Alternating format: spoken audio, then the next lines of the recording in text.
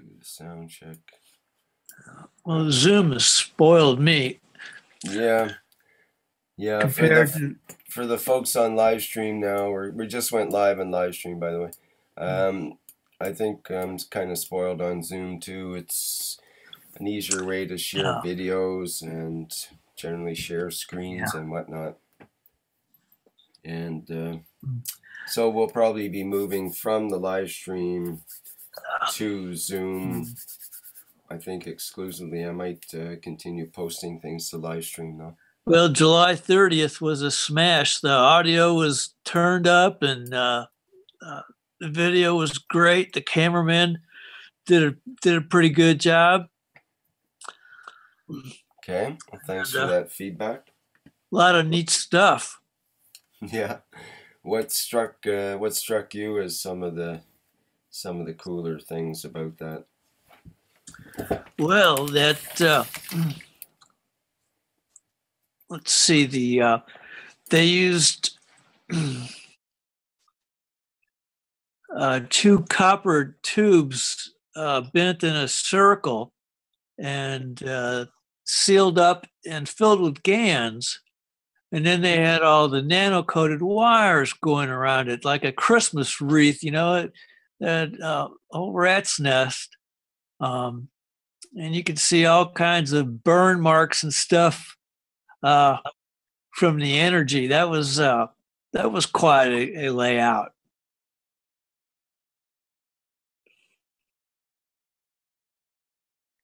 Yeah, okay. And Keshe even mentioned communications, somehow teleporting communications over these devices. And I would say that would be in subspace, and it would be instantaneous communications. Yeah. Much like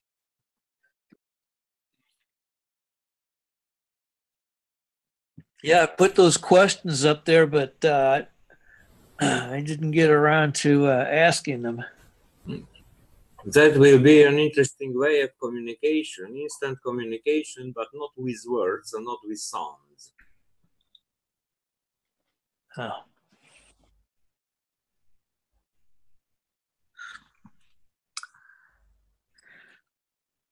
It can't really be instant when there's sound involved, I suppose, in a way. We could have our own private channels across the globe. The great thing is, I feel no channels actually will be needed. But it will be a different way. But let's wait for the teaching. Probably some gradient steps are needed for everyone to catch up with it. Yeah, it's a pretty big idea. Okay, does anyone have anything particular they want to show right now? Other than I've got the Zoom meeting screen on here, I need to put something more interesting up. I don't have anything particular that comes to mind right just a very short thing. I have not much to show, but some people asked about how to cut sheets and so on. So just I want to show, I just got from Germany 2 plates. Actually the shipment costs more than the plate itself. This is zinc plate. I've got some zinc plates and its thickness is 0.8 or something like that. That's solid zinc as opposed to the zinc plate. Yes, it's the pure zinc. And this is the tool which I recommend to use for working on small quantities, or a couple of pieces per year. If you are going, these are called snips. Shandor, you could really ask me. I could send you a plate. I have a zinc plate meter by meter. They're here inexpensive, like a plate was even less than 20 euros. Yeah, so a plate like this is about €2 only. The both plates are €2. The shipment is €9. Oh my God! Yeah, you could get a meter of plate. Yeah, but no. Yeah, I cannot handle a meter of plate. I cannot bring it. So I choose the size which fits into my mailbox. And about the snips, I saw the way it's packing. Does not matter. You can find it. It's about $10 a pair of snips.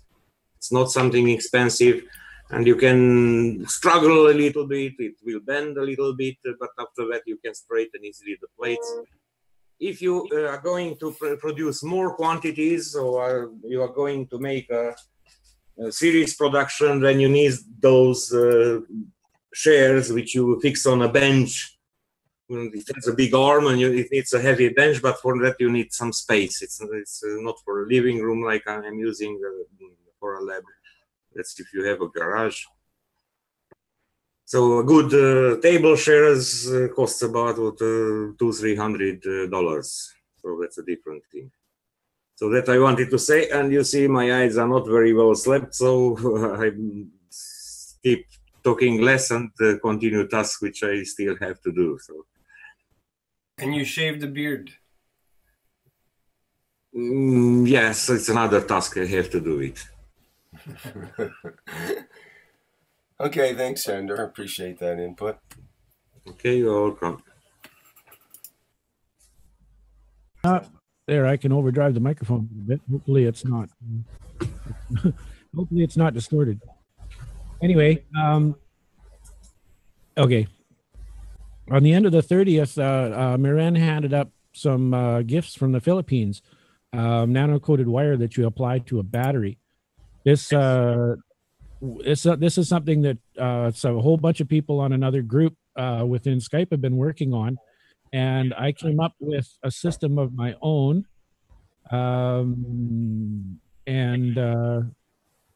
this is basically what it looks like.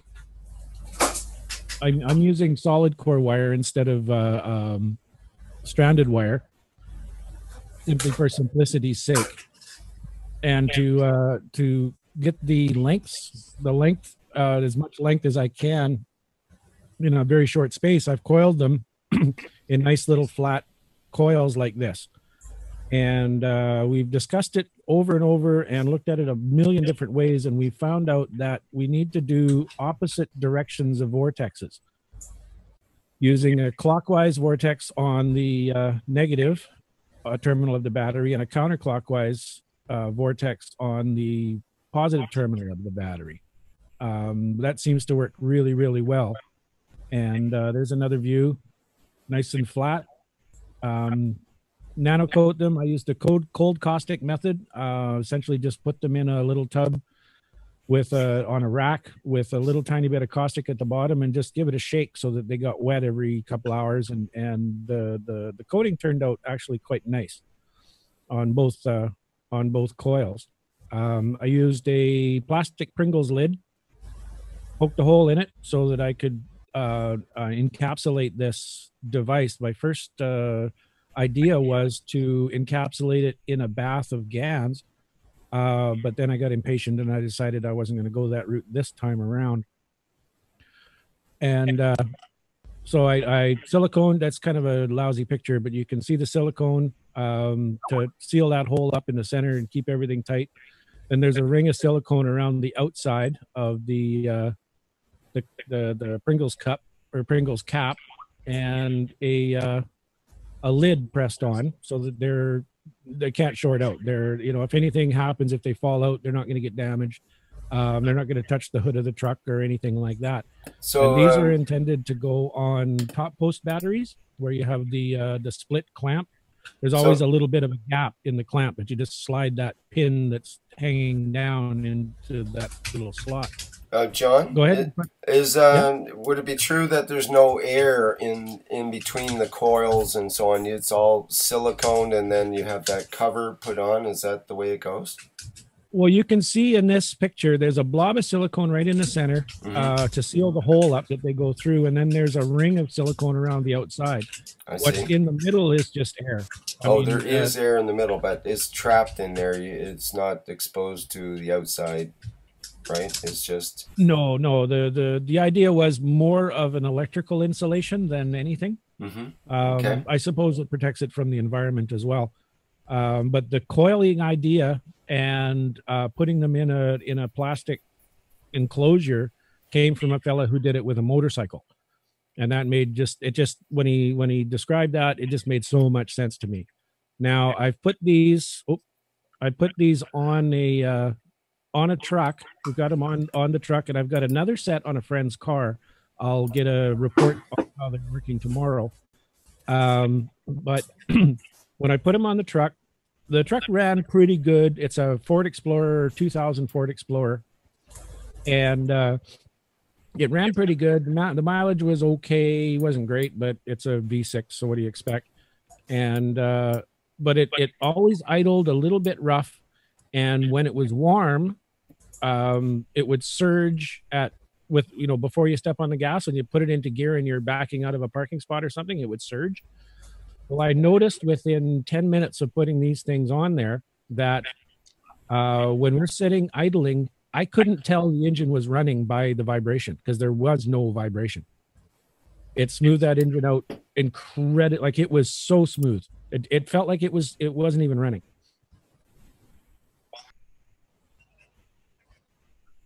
Well, on a top post battery with the standard battery clamp, not the brass battery clamps, but the lead type battery clamps, there's a groove in the center of the clamp, and there's just about enough space for these pins, like you see right here. Right, I see. Gotcha. In this version, just slide down inside that. You don't even, I think they're just sitting on there, really. Yeah. If you're worried about them jumping off, there isn't a whole lot of room underneath the hood of that truck, so I don't expect them to jump off. But if you're worried about them jumping off, you can loosen that clamp up, spread it a little bit with a screwdriver, put it in, jam it in there nice and tight, and then tighten the clamp back up again. Yeah, I see. Thanks. Another stupid question. Do you have certain length for it, or a certain which length? Length, yeah. These were 10 inches when I started. And it was just an intuitive, I just pulled the wire out and looked at it and went, that feels about right. And I did roughly the same size for a 4-cylinder Hyundai, which is the other vehicle that I've got a pair of these installed in. And it's a much newer vehicle, so I don't expect Lee to really see a notice in the way it drives, except for, as Alex had explained, the steering might get a little bit light. It might corner a little bit better, but I do expect Lee to come back and say, yeah, well, I drove all week and I haven't used any gas. I have a small suggestion. You could maybe use paraffin instead of silicone. Melt paraffin and then just spill it over, because you will avoid the tiny air gaps with paraffin. I wasn't concerned about the air gaps, and paraffin under an engine bond. Yeah, I know. Okay, I have different stupid suggestions. Just use shrink tubing. Put it on top of this and shrink it, and it should be okay. Yeah, that would work too. I mean, it depends on the kind of material you're using. I just used what I could scrounge up here. And if I had $20 and I could go buy some new stuff, I'd probably put it in aquarium tubing and set that up. And then I could make a really long one, which would do the same thing. It would isolate it from any of the metal in the truck, because in a vibratory situation where it's going to be under vibration and constant motion, like it will be it will eventually wear through the nano coating, and you're going to wind up with the positive post of your battery attached directly to the body of your car. So that's why that's more than anything, that's why I encapsulate it in plastic. You could try a clear spray enamel. It's still going to wear out really fast. It'll last, like it'll work. It'll last, I don't know, maybe a week, 10 days. It's not going to last very long. Now I understand the GANs production units, the retail ones, they had a problem with the coating coming off, and somebody said that they're coated with silicone now. And I thought, oh, you can cover the nano coat with a coating of any flavor you want, probably. Pretty much. That came up in our group, and we discussed that at length. And what I use is shoe waterproofing, a silicone shoe waterproofing, and I spray my plates with that, and they work just fine. And the coating lasts for a long time. But they're not subject to any sort of abrasion, where they would be bouncing around and being vibrated in the wind and everything that's under the hood of your car.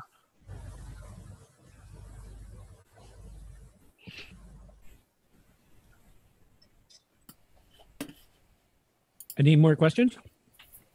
That was a good report. Thank you very much. No, you're most welcome.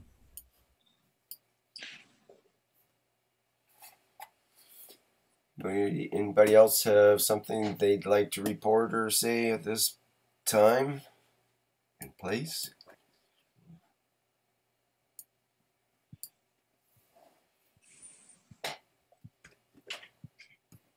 You're gonna force me to improvise here. Yeah, this is Jamie. I have a question. Okay.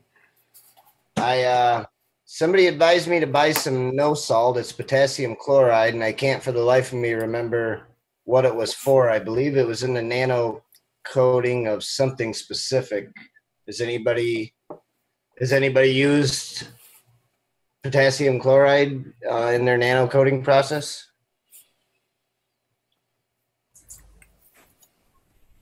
Yeah, potassium is very good in the nano coating process. Well, we got feedback from someone here. Thank you. It was not from me. Maybe Hannibal joined. Anyone hear me now? Yes, we can hear. Okay. Weak sound that you can hear. Yeah, it's a little weak there, Brett, but it's good. Are you going to talk or just microphone test now? No, I just did a microphone test because before it wasn't working. I had to restart my Zoom. Yeah, it's really low, hard to hear, at least at my end. Sound is weak, but we can hear you. Yeah, it's weak. So replying to Jamie, potassium is welcome in the nano coating process. Personally, I didn't use potassium chloride mixed to the caustic soda. I used potassium hydroxide mixed with sodium hydroxide. Mr. Keshe recommended that he used to put always some potassium into the nano coating solution. So one of the ways is to add potassium chloride, which you can find it under the name of no salt, for instance, in some places. Mr. Keshe is on the Skype meeting. Yeah. Oh. I've used the potassium chloride and the potassium hydroxide. The potassium chloride was fine with the mixing with the hydroxide. It was fine. Hi, Sandor. Good morning. Keshe. Hi, Rick. Hello, Mr. Keshe. How are you? Good morning. Have you started yet? Well, yes, we're just getting going here, and we just had a little demonstration and so on, and just getting going, actually. Yeah, I don't have a camera. Okay. I mean, I can't see anything. Let me see what you look like here. Let's bring that up. Hello, Mayron. Well, you've got an iPhone. Coming up. Oh, it's yeah. coming up. Yes, there's a screen share or something coming up. I think you need the. I think you Hi, want. Brett. I think you want the. Oh no, that's Shandor's sharing the screen here. But I think, Mr. Keshe, you've got the icon for. Oh, you just can't see maybe on the Zoom. I can see the screen which Sandra is sharing now. Okay. It just came up. I see. I think you can see share screen, but maybe not the video. If there was a video, you didn't have one right now. We're still having the teaching tomorrow. Sure. Yes. At 9 o'clock. Is it on the live stream or Zoom? Well, we'll have it on Zoom and probably live stream at the same time, I believe. Mm-hmm. I'm trying to do that now. I've got live stream on my Keshe Plasma Reactor Group channel, and it's working. It's just a little crowded, let's say. Okay, this is one of your videos, isn't it, Shandor? And it's got the same coils in it, essentially, of the ones we just talked about that go on the positive and negative poles of the battery of a vehicle. What is the report on this wire on the polarity of the battery of a car? Hi, Mr. Keshe. This is John Anderson from Canada. I've been doing this now for about a week. John, could you put your pictures back on for us so that Mr. Keshe might be able to see them? I sure can. Let me back up a couple. There we go.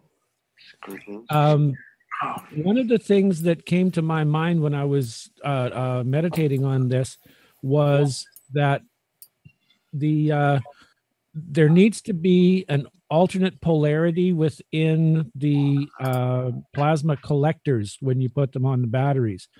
And I don't know what does that mean. Can you explain it that we all understand? Yes, I will. I will talk about this. I don't know where it comes from. It's something that I just felt was correct. And looking at that, and also looking at Reiki and a number of different energetic healing modalities, Feng Shui, some of the older ancient practices, they suggest that an outward flow tends to be in a clockwise direction viewed from above as it's coming towards you, and an inward flow tends to go in a counterclockwise direction as it's going away from you as you're viewing it from the top.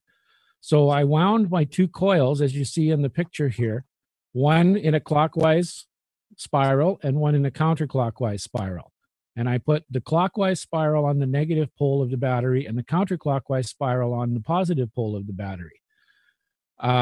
If you were to view these as a pipe between the two poles of the battery, the spin remains the same. The actual direction of the spin, it's just one is coming out, one is going in. That's why it seems to be alternate polarities. And nano-coated them using a cold process, just wetting them down with caustic and letting them sit for a few hours and wetting them down over and over repeatedly over the course of about 4 days. I wound up with a very nice coating on these and encapsulated them in plastic. There you can see them encapsulated in plastic. I was going to have a bath of GANs in there. That's why the caps were so large. But I got impatient and decided that I wasn't going to do that on this time around. These were installed last week in a 2000 Ford Explorer, and immediately. How did you install them? Where did you install them? If you notice, if you notice, actually, that's not a very good picture. That's a better one. The coils have a pin.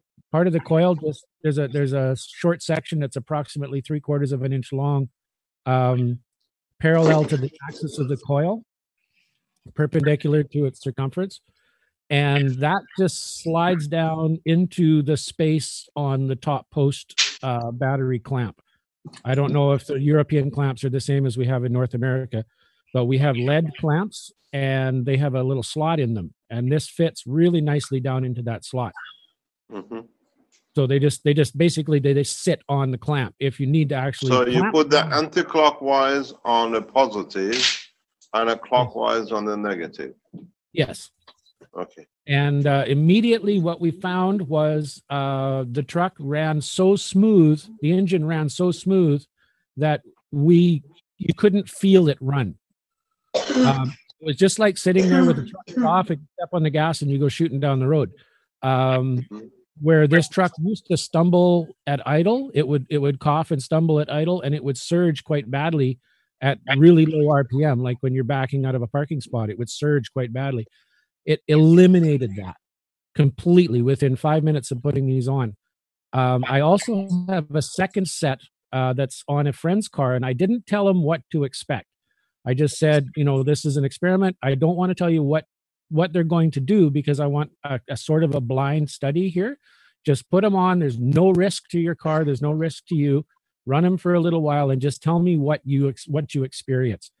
And I'll get a report. I'll get the first report tomorrow from Lee, and he's running a 4-year-old Hyundai with these on there. John, can you tell me if you did you actually undo one of the posts when you put these on, or did you just push them on basically and not undo any of the posts? In both vehicles, we didn't have to undo anything. Okay, because sometimes undoing a battery post will reset the computer and could alter the way the vehicle feels or whatever. But if that wasn't done, then that shouldn't be the case in that case.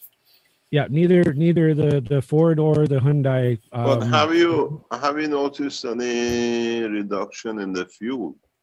Well, the truck hasn't run long enough to actually find out. We drove it about an hour around town, and in that time, the needle didn't, it didn't move, but it didn't move before, so we can't really tell. One of the reasons why I gave it to Lee is because he does quite a bit of driving, and he'll use up $50 of fuel in a month pretty easily.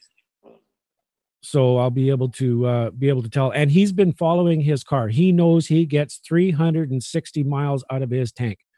And it's been consistent since he bought the car. So if there's a change in what his consumption, he will notice right away. Okay, let me explain something, because this is some part of the understanding, and tomorrow's teaching will go to it.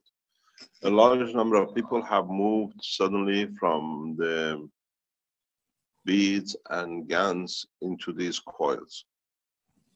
A lot of people see a shortcut, but in the process of shortcuts, you got to, or at least a lot of people, in what you've shown, you understood it.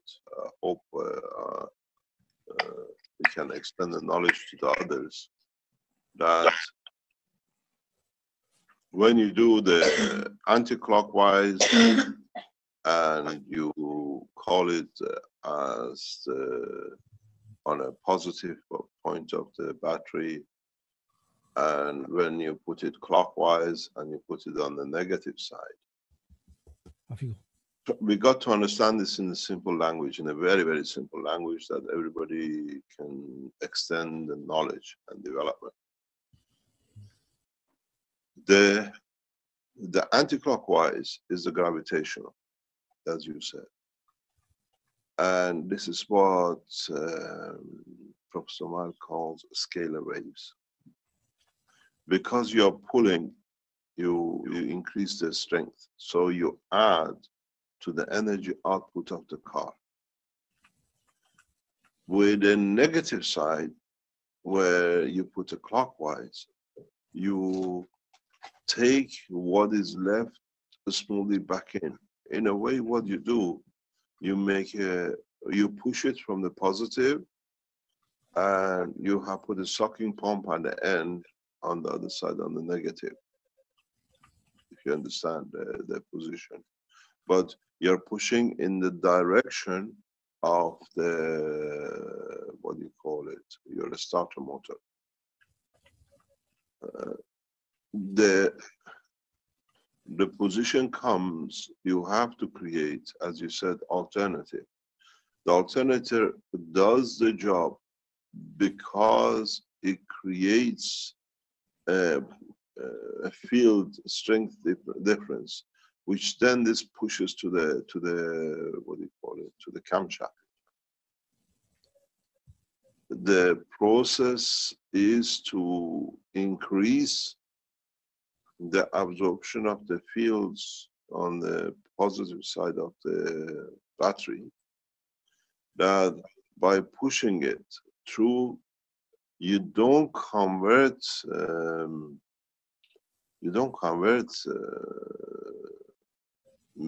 electrical to mechanical, but you convert plasma into transmission plasma, what I call movement plasma.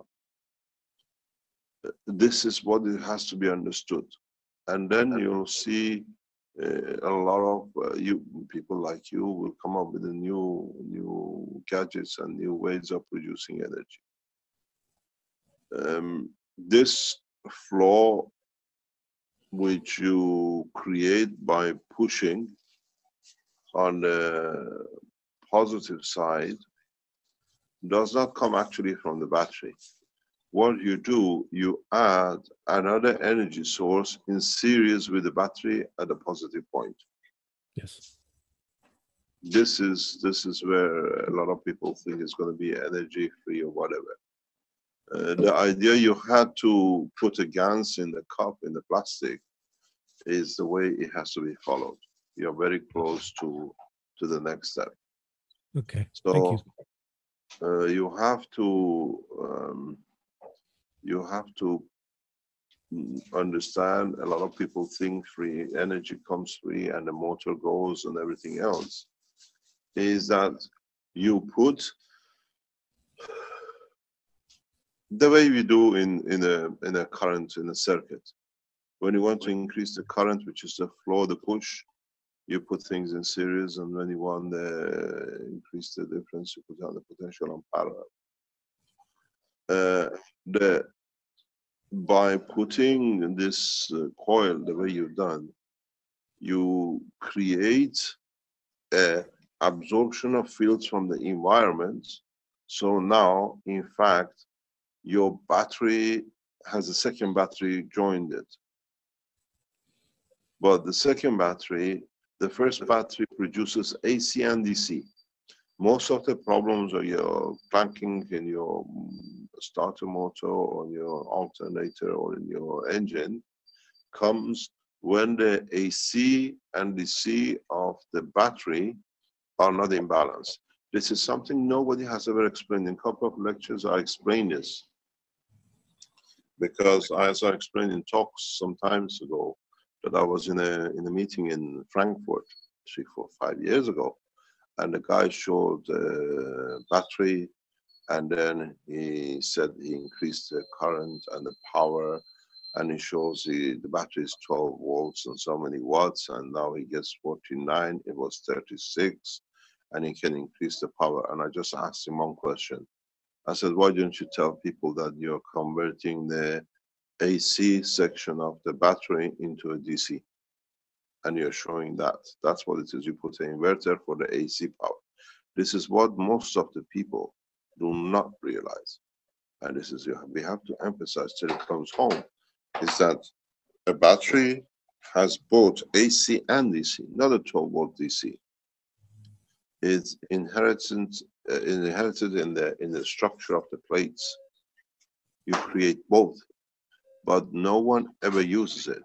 Some manufacturers use the AC in the background without knowing it in the work of the alternator, the way they wind the alternator. So what you've done, you bring in the AC out of the battery, plus what the coil itself absorbs from the environment due to the flow of the AC. This is why you have a power addition. But on the other hand, what is lost, which is not used, and what is absorbed from the environment on the negative side, the way you put the coil at the point of the entry of the battery, you push back in. So your negative at that point is a gravitational field, and your positive becomes a magnetical field, where you actually winded, your winding was gravitational on the positive. You got to look in the direction of the flow of the plasma. So in fact, your plates in the battery become idle, and you convert the plasma inside the battery. The conversion is very, very smooth, very fast, and you'll find out your battery seems to be working better. But what you're doing, you're putting the battery on the charger through your negative point. And then through your positive, you're collecting on top of what it is back out plus from the environment. So you add a charger on the negative side, and then you add a source on the positive side. And all this transition, if you cut one of the wires in your cars, in the circuit of the cars, in next few days or whatever, you will find that all the wires are nano-coated, all black. We've seen it, Arman and Mark and I, we open and we've seen it. So when you cut the wires open, when you take the plastic skin away, you will see the wires totally black, where you never nano-coated the wires. And all the circuitry of the car gets nano-coated over time. That's why it needs time to become more and more efficient. And so what happens, your alternator literally become useless, and your starter motor become useless. What you deliver is energy which goes directly to the camshaft and converts the plasma motion into mechanical conversion. But your use of fuel is due to the fact that the engine is running. Due to the structure of the engine, it still sucks whatever comes up. So in the next couple of days, there's a test running around in the background where we take the fuel tank out. After the car is run for a few days, we take the fuel tank out, and to show that the fuel is absolutely not needed. I'm curious. This truck is fuel injected, and the computer is going to read the speed of the crankshaft itself and set its fuel consumption to hold that speed up there. If I'm getting yes, but there is a minimum. You know, and I know that all Okay. our cars, especially if you're after 2002, Rick can tell you, in most of the cars, you have a regulator. There's a minimum running of the shaft. There's a maximum that you cannot go over, especially electric cars. But BMW does it, Mercedes does it, Honda does it. So they control the speed, the maximum and the minimum of the shaft turn. If you disconnect the fuel, then you will see it, because your system has to have a minimum show that the engine is running. Right. And to that extent, pulls calls for the fuel from the tank. So you'll still be using fuel due to the rotation of the camshaft. Okay, this is what we are observing. Let me just finish, because I have to go to move the lab in next 20 minutes. We are moving the lab from Trani to Barletta today at 8 o'clock, 8:30. So this is where you have to watch. Don't look at the fuel consumption, because your fuel consumption, unless you take your fuel tank, is going to be there to the minimum. But the way we see it, maybe I'm sure you all can expand on it, especially Rick, with the knowledge he has in mechanics, that you have to run the car, I think, for a few days, that all the wiring are nano-coated or become plasmatically connected. And then I think even yesterday we were in some discussion, teaching discussion with some people, then you will find out even your camshaft becomes nano-coated in a very strange way, but plasmatically. I tried to explain this tomorrow in the teaching in respect to the solid matter and plasma interaction. Because now that we open this principle, we have to understand it. And then we go back into the teaching of the structure of the field force motion in the way the field sets in the structure of the battery. Mr. Keshe, Pardon. Yes? You've mentioned the camshaft several times, but I'm wondering if you mean the crankshaft. The crankshaft being the main part where the pistons and the rods connecting the pistons are connected to the crankshaft, where the flywheel is, where the starter engages, and so on. Whereas the camshaft is connected to the crankshaft with a gear or chain system or whatever, and it runs the camshaft runs the valves. It makes the valves open and shut on the engine. So I'm thinking you might mean the crankshaft rather than the camshaft. I'm wondering if that's the case. You call it the crankshaft, the one which rotates the wheels. Yeah, the main shaft would be the crankshaft. So if we can get clear on that, that would be helpful. Yeah. Okay, great, thank you. I'm not a mechanic. Right, that's why I want to clarify so that no the problem. mechanics It's out there understand you. So I understand. So what happened? In so many ways, your whole plasmatic field forces, due to the potential difference, convert themselves into mechanical field force. But because originally the way you showed your path through the electric connection, they follow the path and then they take over time to the conversion. This is what we see.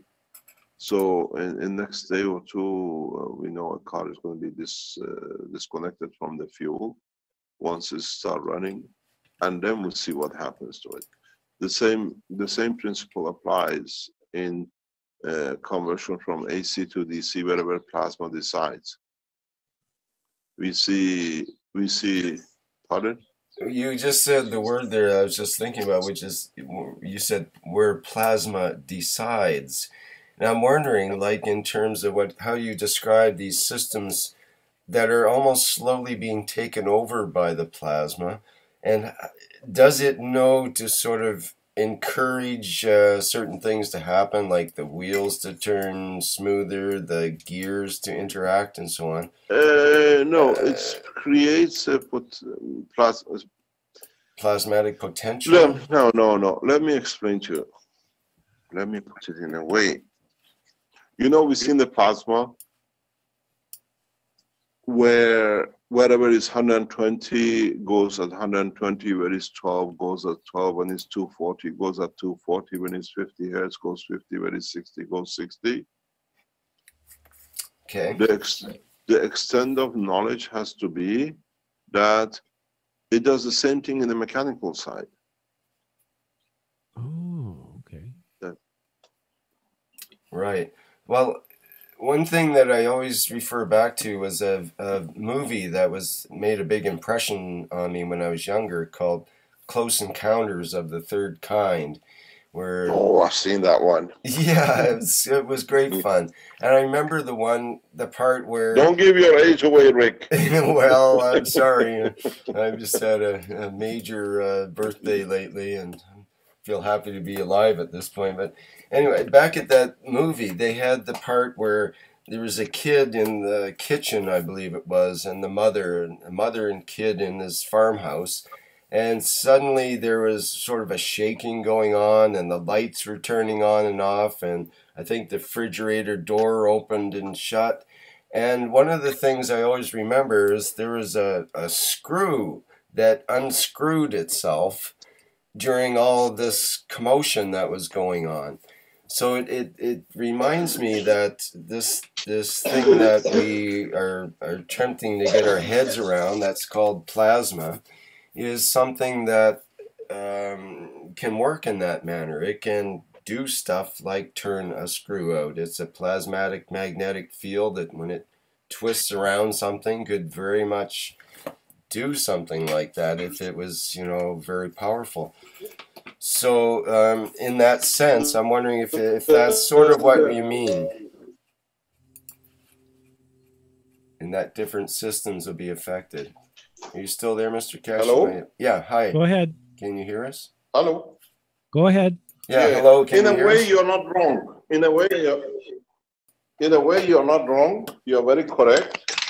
And in a way, this is how things happen. But I add to this in a teaching where you will understand a very new phenomenon. And this new phenomenon is that your wish runs the car too. Yes. This is the social structure which we come to, and at the moment, if we discuss it to people who don't understand, it's beyond their comprehension. This is what I taught from the beginning, that your wish is your command, and some people don't understand it, is, as we said, so we did it with Arman and Marco in controlling the reactor. Partially in time, when you convert all this to a plasma system, what you wish comes with it, but you already have started it. In a car, when you sit, you wish to go, whatever, you have already started as part of your wish.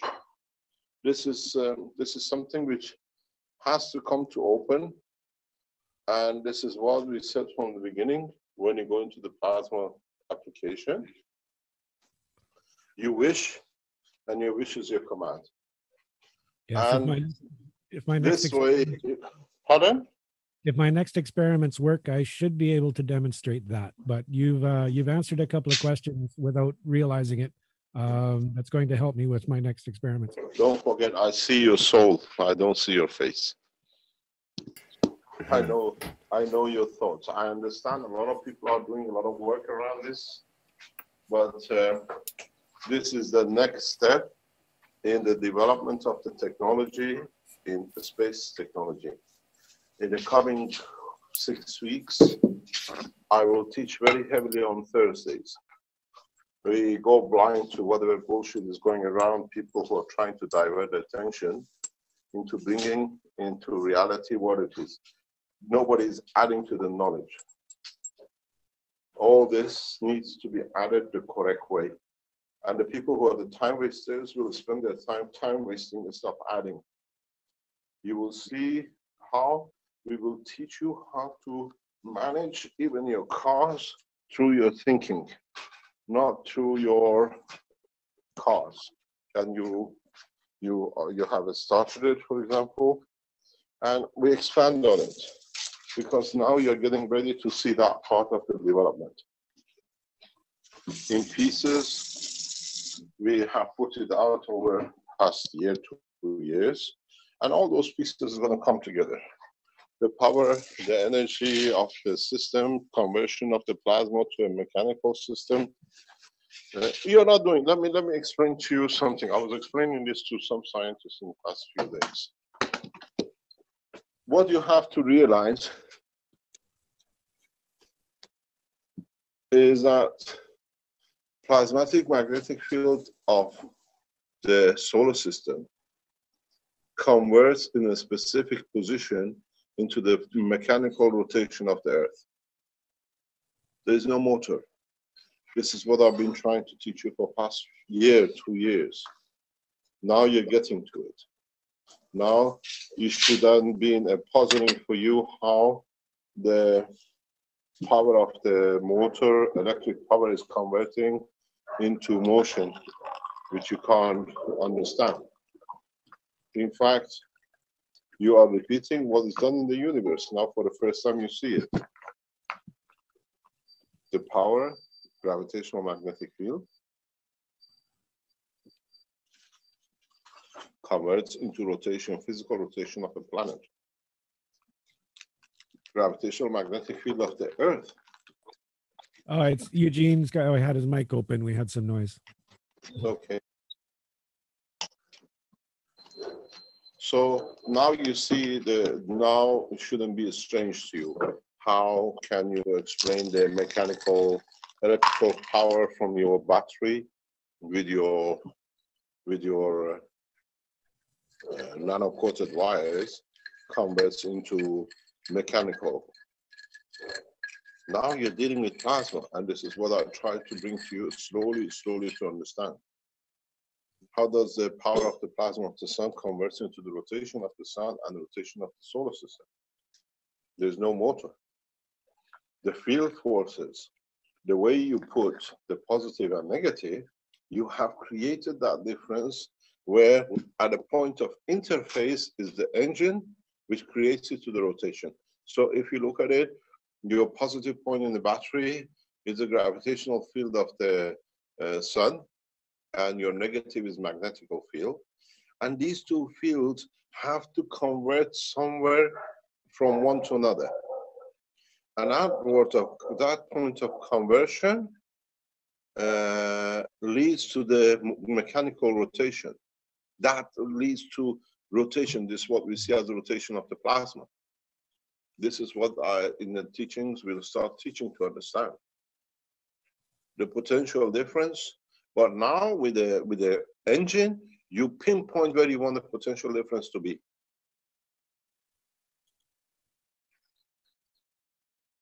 And that change from magnetical and gravitational to magnetical leads to the rotation of the motor. Conversion into mechanical rotation as you see it. Now you understand how your plasma system wire creates physical movement, because you see it as the earth, but you don't understand it. And now when you see it in your car, it puzzles you.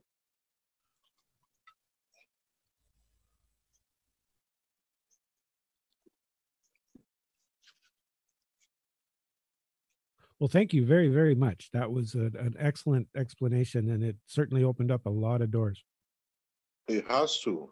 It has, because this is part, you're all in the infancy of knowledge, and if you understand it from the beginning, then you understand a lot of things. Where does the rotation of the plasma come from? Where does the rotation of the solar system come from? Where does the rotation of the universe come from? At the point of the interaction of the gravitational magnetical, it's like a potential difference. You need a mechanism to disperse the energy or to use energy. All you're doing the same thing now with the two leads. And a similar thing with my bicycle as well. The same. Yes. Except I'll be using my own GANs as the energy source primarily. So many as a bird flies. This is part of the teaching.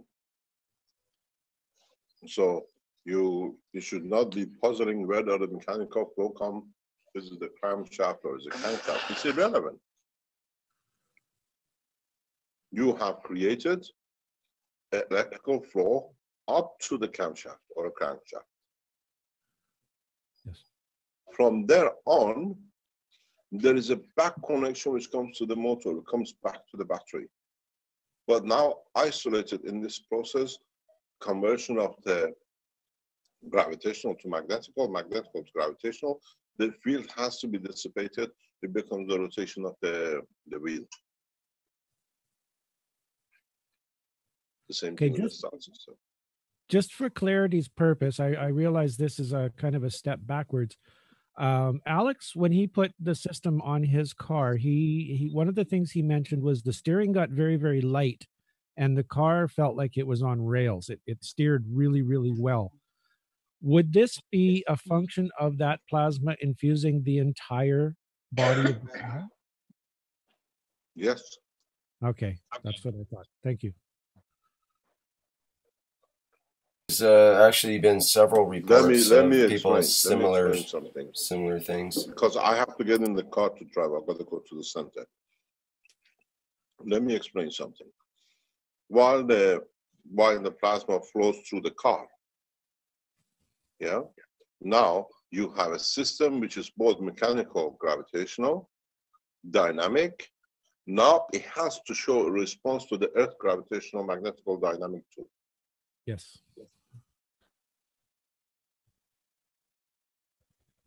Now, in response to your question or what you discussed, you know how we were going to show a flying car.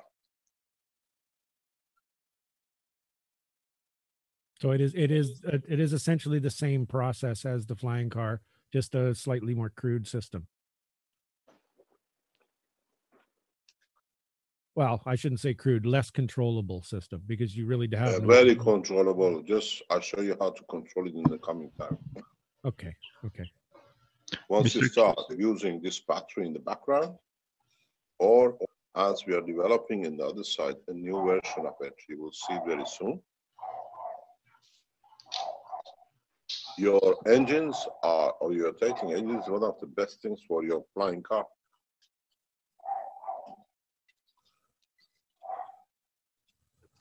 Mr. Keshe? Yeah. Can you hear me? This is Robert. Does the plasma also affect the spark plug and the spark properties in the car? They're useless. They're useless. They're not operational. And sometimes, yes, you do. If you know how to control them, you can control directional flow as well. I'll explain this in the future. But as far as the car's spark plug and the way the spark, does the spark properties get affected, which could affect the engine performance? They're useless. They're not applicable. Okay. Once the system is up and running and the car is infused with the plasma, you can unplug the fuel injectors completely. We are taking that. I told you, if you go back in the teaching of the past, when I had the police of Belgium on top of the car, I showed them, there is a video somewhere, maybe Rick can dig it out. We showed the tank in the back of the car, inside. The fuel tank has been taken out. You don't need those, they become irrelevant. Yeah, so for testing purposes, for the next few steps, if anyone wants to do this with their battery, it would be a simple matter to put switches into your trigger leads for your fuel injectors, so you can turn the fuel injectors off at will. And let me explain. Everything out. Let me explain one thing, and then I have to drive, and we speak while I'm driving.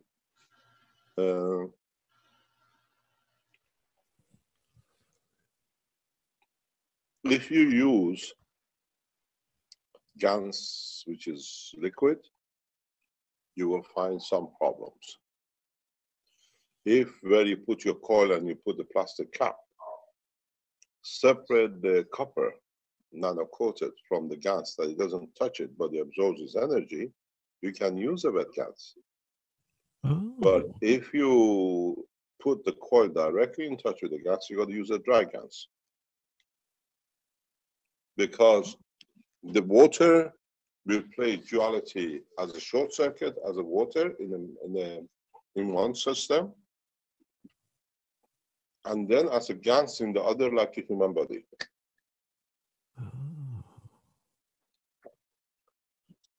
Mentioned earlier, someone mentioned using silicone spray on the nanomaterial to separate it.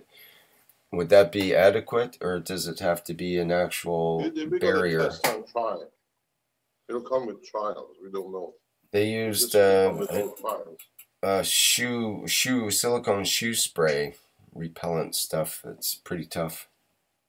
Yeah, I've used silicone shoe waterproofing on my nano-coated plates, and I still have fairly good results with my GANs collections. As you know, we we are now just the key for the cover. Just I'm leaving. I've got to get some things. Just 1 second, please. It's the key for the cupboard. We got to stop asking this man questions. No, but the problem you have is you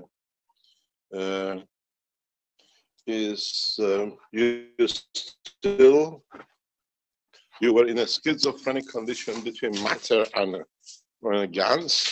Now you have a schizophrenic condition between GANs and the plasma. You understand? Yes. We're starting to see a common theme here, yes. So now you have to start separation in the GANs and the plasma, and then look at the behavior of the plasma in a free condition. Can you pick the dog up, please? So you have to, once you make that separation, and then you understand then you understand the process much easier. You understand the totality much easier. Then you work the way the solar system, the universe works, and a lot of these ambiguities will resolve. It's something which comes in time with you. You will learn in time, and then you don't have these questions. It becomes very simple, very straightforward, that all these processes are in a plasma. But because of the way you've been brought up educationally and otherwise, you do not see it. And to you is a problem. And this is where I try to make the difference, to add to the knowledge that you all understand and read from, as we say in English, from the same hymn sheet. That we all speak in the same language. That we all follow the same process. This is where the problem will be solved once you start understanding these things and you start working on the same principle, by the same rules. You are you are half matter, half GANs, and then nano, and then GANs. And now, for those who developed further or who came later, without going through the process of conversion and just pick up on the GANs and the plasma, you won't have this problem. And you will see, you'll walk through it with no problem. Where a lot of people who came in through the GANs have a problem and will find a problem. Just give me 1 second. Talk amongst yourself. I've got to find something before I leave, please.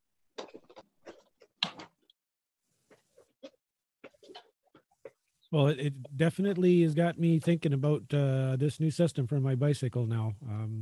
I've got a way better idea of what I'm doing.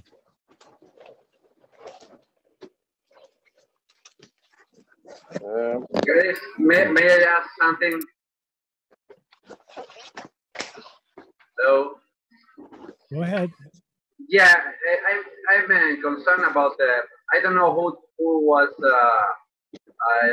telling that he sprayed some silicone on the nano-coated plate for the GANs process, and he was succeeding, that it protects the nano-coating to wear out, or how it works? When I did mine, the nano coating lasted a very, very long time. The first time I did it, I didn't coat the plates and we wore out in a few hours. Oh. So you just spray it with this silicone spray. It's a thin layer you put all around the plate. That's what I did, yes. And I used a shoe repellent, a shoe waterproofer for work boots and tennis shoes and leather and that sort of thing, rather than like a silicone sealant. I because it comes out much thinner and get right into all of the little nooks and crannies and crevices, and it worked quite well. I was very happy with the results. Oh, it's very interesting. So, but you polish or do something after the nano coating process? Do you smooth the surface first or prepare the surface before spraying it, or just as it comes from the nano coating process, you just spray it with this silicone and that's it? I just wash the surfaces and let them dry. I should mention, I also did the zinc plates as well, and that eliminated the zinc from deteriorating quite so fast as well. Can you repeat that again, please? What you did? I used a silicone shoe waterproofer to seal the nano-coated and my zinc plate, so they didn't degrade as quickly. You use the shoe silicone water sealer? Yes.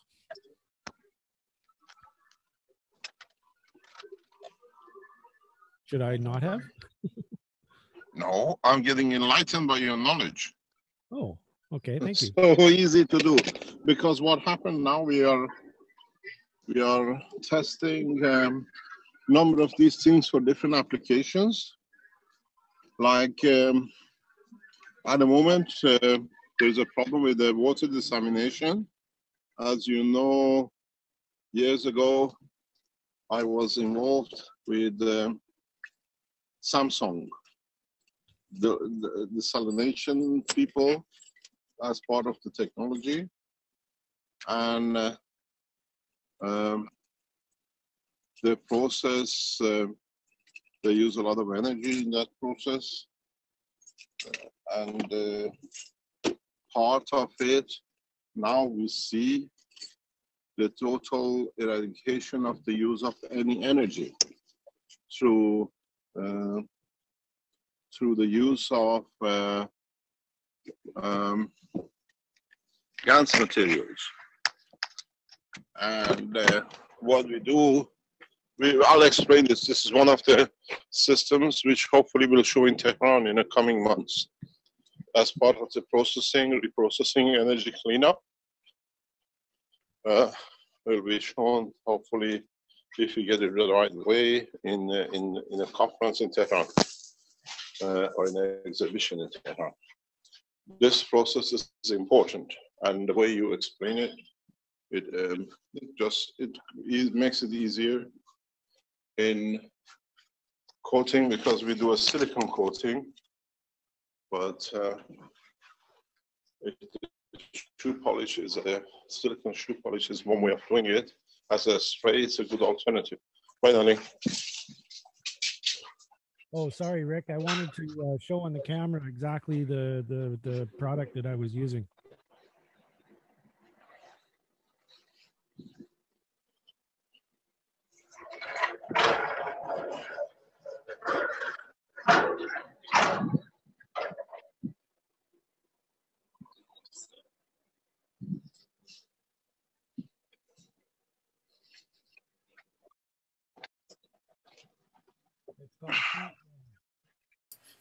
Let me open the window on the live stream so I can see what you got there. It's a heavy-duty water repellent, kiwi, spray stuff for tough silicone protection. Right. Camp dry.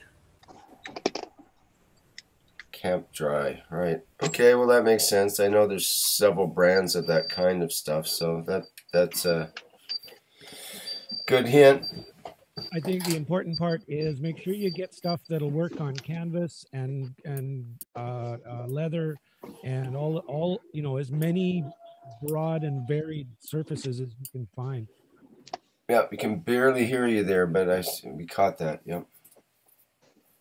Am I talking in the wrong side of the mic? Sounds like the mic's barely working, yeah.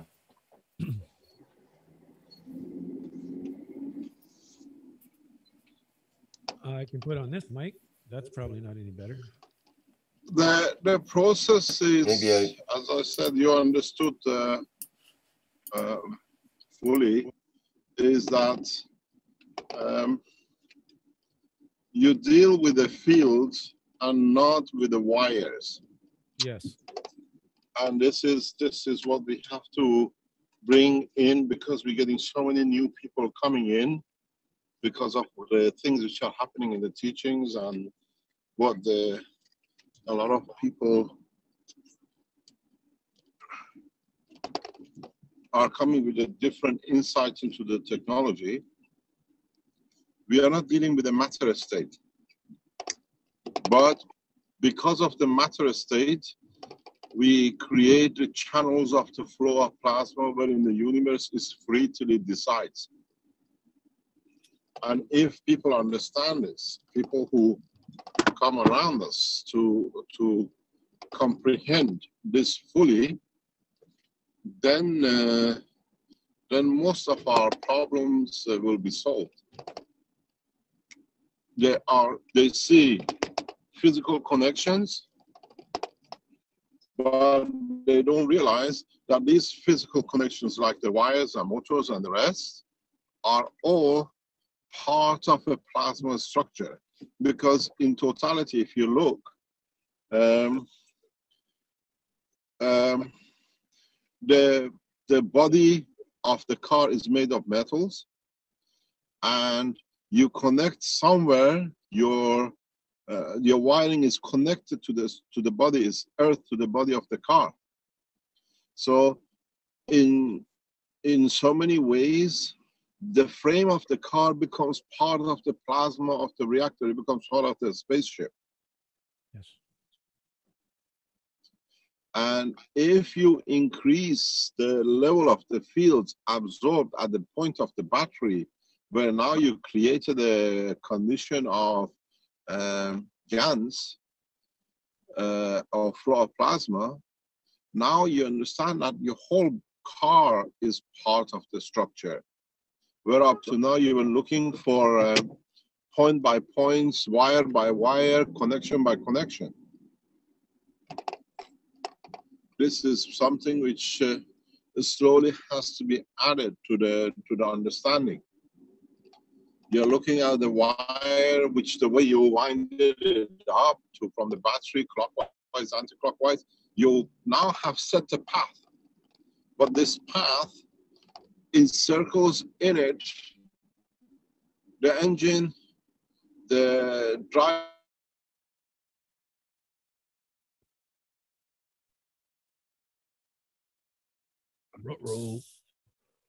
I think we lost you, Mr. Keshe. He might come back, and it's he's traveling now. Sorry, the body of the car, the wheel is not limited to the battery, which is rotted in the car. Hello. Yeah, we missed a sentence or so. We missed your last sentence. You broke up there, Mr. Keshe. Yeah, what I said, your car, the body of the car, the frame of the car now is part of the plasma of the whole structure. This is something you got to add to the knowledge. Just because you didn't know it doesn't mean that it doesn't exist. As you created the plasma, with the wires you dictated the direction of the rotation of the plasma. But now, once the plasma starts going through the car, everything which is within the structure of the car becomes part of the reactor, part of gathering energy. As I said, even if you had a rotten orange in the car, which part of the process is a gas, this energy becomes part of the circle. I explained this in a very crude way with Alex when he said he put some CO2 gas in the fuel tank. And I said the system is taking from the tank the energy. So now you're getting, I told you the teaching is going too fast and so fast. And a lot of people will jump in a later date. They have to understand there's no magic into it. In the universe, let's say in the solar system, even on our Earth, energy is everywhere, moisture is everywhere, till it comes down as rain, and then it has to be collected that by rivers find itself to ocean. So your wires and the nano coating are the rivers. The energy is all over the car. Everywhere you see inside it, so you're collecting it. So now you're putting everything into a river. And it's the easiest way I can explain. So the nano coating you created does create the first point of reference, where to gather to come in, where to gather to go out. We show a new development we started yesterday, a couple of days ago. We will not show it till it's fully tested, which changes everything, even in the running of the car. If you understand it, if a lot of you with a sense of the knowledge of nanomaterial and the GANs move to plasma, you will find you can fly your cars within instant. Mr. Keshe, would the word biomimicry be accurate in this discussion? What is a biomimicry? Explain to us. I'm ignorant to it. I don't have the exact definition from Wikipedia, but it's something to do with replicating what nature does. Yes, I presume, yes. But we do it plasma mimicry, maybe you can call it. Yes. Yes, because it's not biological, it's a plasmatic. We are mimicking what the universe does, but now we show the channels. And that's why it's so successful. Because in the universe, it takes millions of years for lines to connect that they can create a river of plasma that at the end, by collecting all these plasmas, like putting the rivers into ocean, creates ocean. When these rivers of plasma gather and push enough together material in one place, leads to the creation of the solar system, the star. There is no difference. There is no difference. But as I keep on repeating, in one of the slow shot movements, we saw how the fields flow, how the gas flow in the box. What do you call it? We had a slow shot movement done, or fast movement shot done some time ago, a year ago, which was shown on the teachings. So now, instead of waiting for the fields to find their way to make the river to end up in the ocean, to create a matter, a state of a star, your battery becomes your, what do you call it, center of the star. And your wires are the rivers in and out to keep the balance so it doesn't overflow. And the beauty with it is when you switch your engine off, you separate the system flow in a very nice way. In a very nice way. The new keys for ignition, car ignition, which is getting developed, they will show you this. Your ignition keys in the coming time will be 2 pinpoint insertion. It won't be a turning insertion. I showed the key in the Thursday's teaching, last Thursday's teaching. But there is a lot of understanding needed for the structure of the matter as a plasma. And then I think a lot of confusion will go away. I was thinking to do this tomorrow because we still have a lot of people who consider matter as something which is not magnetic. If we start looking at matter as a tight structure pack of plasma and magnetic field, then we will see huge difference in understanding. Yes, I've been of the mind for several years now that what we perceive as the matter state is just that, a perception. It's not the reality of the state. What we're perceiving are field boundaries, event horizons of energetic events, and that's where I've been trying to reconcile what you're teaching us and what we're discovering ourselves. And it definitely seems to be fairly accurate, because so far the things that I've done using that as a core concept have been fairly successful.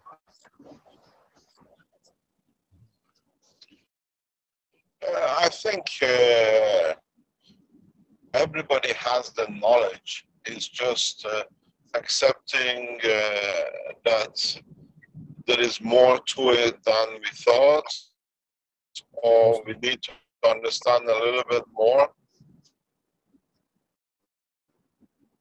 This is the problem, because if you look at the solid matter, it's still a plasma with a stronger, what you call Coulomb's barrier. That's all it is. It's much stronger Coulomb's barrier, and given the strength of the environment, then you see it still is a plasma.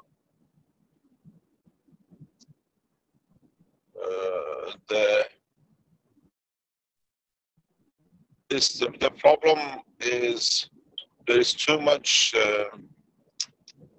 what I call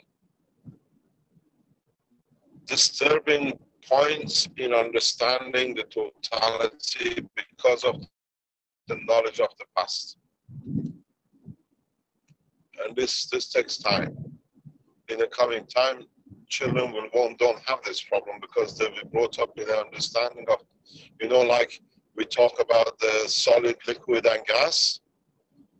The children, especially when we start the School of the Children in October here in Italy, we explain 6 states of matter, 3 as a matter and 3 as the universal matter, where you have a solid, gas, and liquid, where we have nano, gans, and plasma. And each one influences the other according to their strength. And this is a part of the teaching we have to do. Then this confusion doesn't exist. But if you look, everything which now you report and receive from other scientists is a natural process.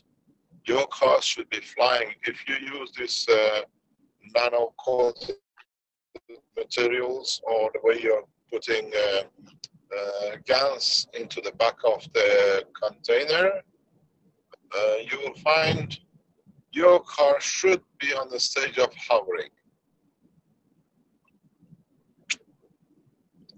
But in a way, as Alex says, the steering is much easier. I'll explain this. We are developing now with some people around the foundation in the background, new technologies in different aspects. In a way, the way I look at it, in the coming months, when you sit in your car to drive, you receive the energy you need for daily use. Your car becomes your feeder, and every day your body will be balanced through this understanding that you don't get sick. If you, let's say, you start the process of cancer last night at home, you sit in the car automatically. This is inevitable. It's coming up, but you are doing it the hard way. Mr. Keshe, did you say that the battery's negative is the gravitational, or was it the positive was the gravitational? I think let the gentleman who understand to explain it easy, let him just explain how he winded his coil. When I wound the coils, when I wound the coils, I didn't understand the concept that the gravitational and the magnetical fields had specific spin directions. What I was looking at was the matter state flow of the battery, the electrons flow from the positive to the negative. When we're looking in the ancient teachings, ancient healing modalities, a field that is entering a system tends to travel in the clockwise direction, and a field exiting a system tends to travel in the counterclockwise direction. That's where I got the direction of those coils from. What you had explained, which answered a lot of questions that I didn't even realize I had, was that the gravitational field will tend to travel in the counterclockwise direction, and the magnetical field will tend to travel in the clockwise direction. So, being that, it's still having the coils in opposite directions, along with the matter state flow of out of positive, in of negative, and the ancient teachings that I relied on, it all still maintains a balanced system, which also explains why people who have tried it the other way got horrible results, because they were constantly fighting that interface between the plasma and the matter flow state. At the moment, I'm doing some private teaching with some people regarding these things in the background on a daily basis. And we spend a couple of hours a day, or at least an hour or 2 hours a day, going into the fine detail of these things. And in time, the team will become the new teachers.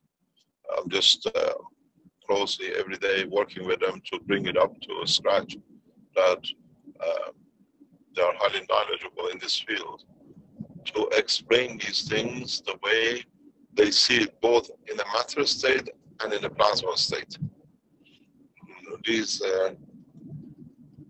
We need this new understanding with what I put on the table last week. Up to now, you had a problem understanding the nano and then the problem with the GANs. Now this plasma transformation and plasma channeling becomes the next step. It's like we have entered like in the third year of the graduate, what do you call it, the school. So then we can build on it, because then you can follow the way you wind it up your system. If you understand it further, you can lead directly at the battery point in production of anything you like. But a lot of people don't understand it, so it becomes like a magic. But as people extend the knowledge, I explain more and more. And this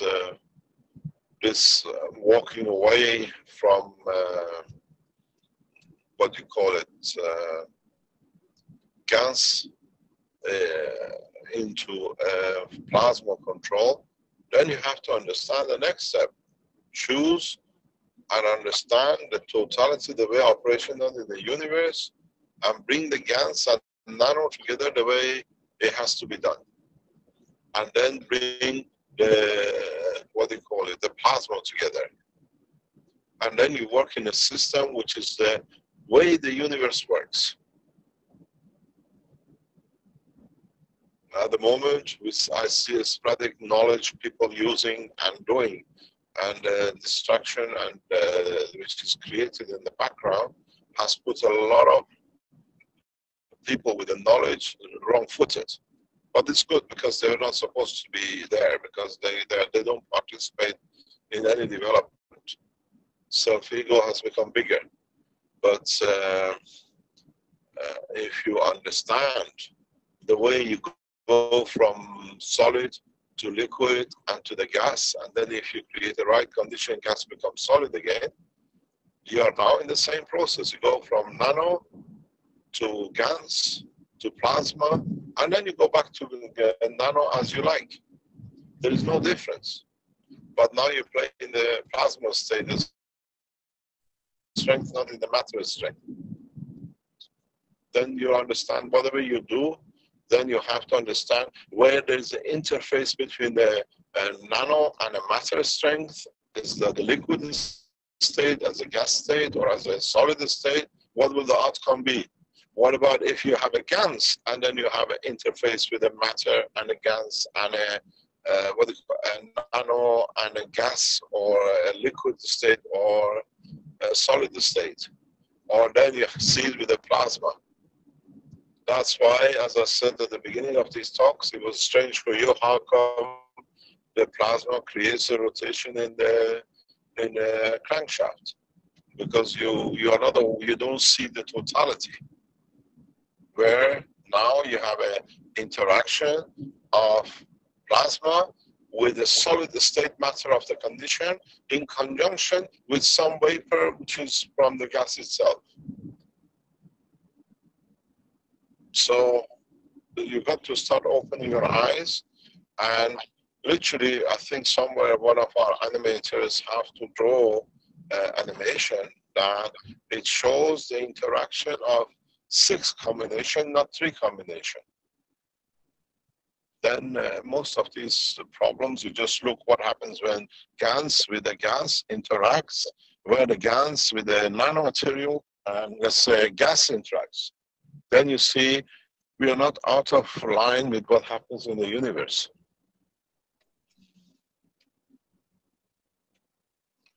This is the confusion. Next few weeks we try to sort it out.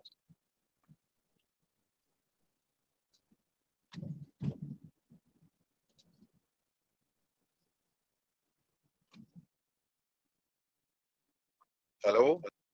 Oh, I didn't want to monopolize the channel. I was hoping somebody else would. We were all tuned in there. So you mentioned this six states of matter, you could say, but they're not really states of matter. Consider 6 states of fields interaction. States of fields interaction. Okay. That's, then and doesn't matter. You call it solid, you call it gas, you call it whatever.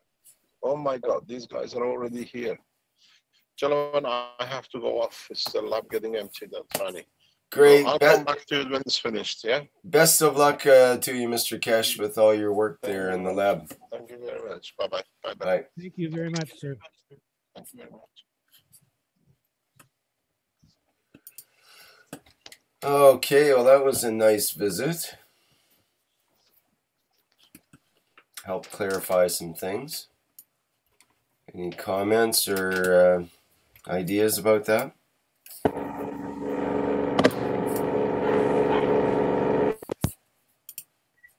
That was noisy. Yeah, I have just trying to mute Mr. Keshe's audio. I think it's okay now. Go ahead, sorry, Emmanuel. Oh, it's fine.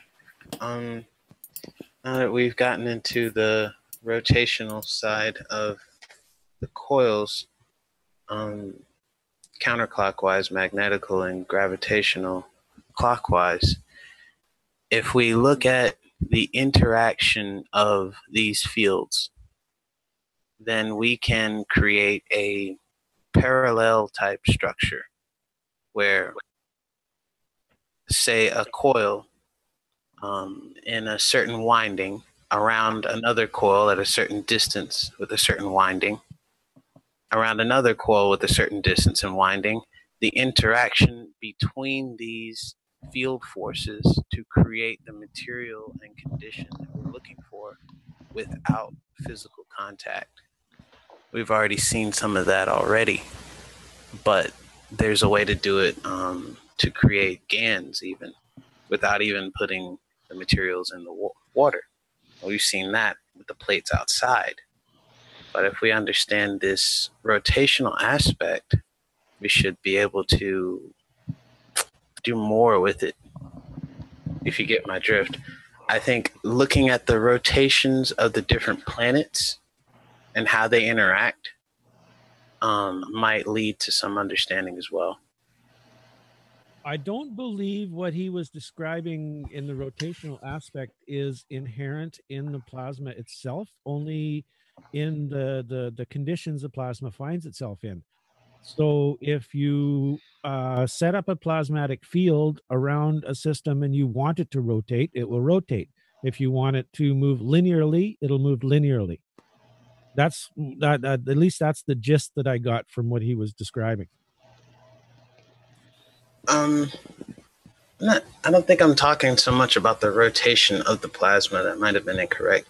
It's as the plasma travels through a channel. What you were saying, it's like if you're standing beside a riverbank and it hits a heavy curve, there's a bit of a spray off to the side. So there's some residual fields that go in one direction or the other depending on the flow of the channel itself. And if we put multiple rivers or channels in a certain pattern, then we can get the residual of these to radiate out and then collect in another channel itself. Does that make sense? To some extent, yeah, but I'm trying to reconcile that with the view of the solar system.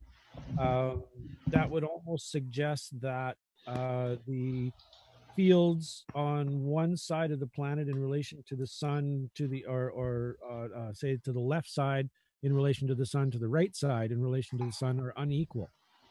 Yeah, have you ever seen the plasmatic sphere of the planet Earth itself?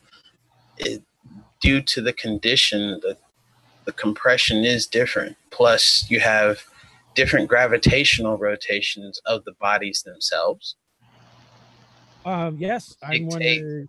One of the things that comes to my mind when I saw that is how much of that is generated by the rotation after the fact. Yes, the rotation is a result of the entirety of the condition, but it's also something to look at. The entirety of that condition is also having an effect on the entirety of another condition. You look at this thing with Venus is rotating in a certain way parallel to the two bodies beside it. There's something to be understood there.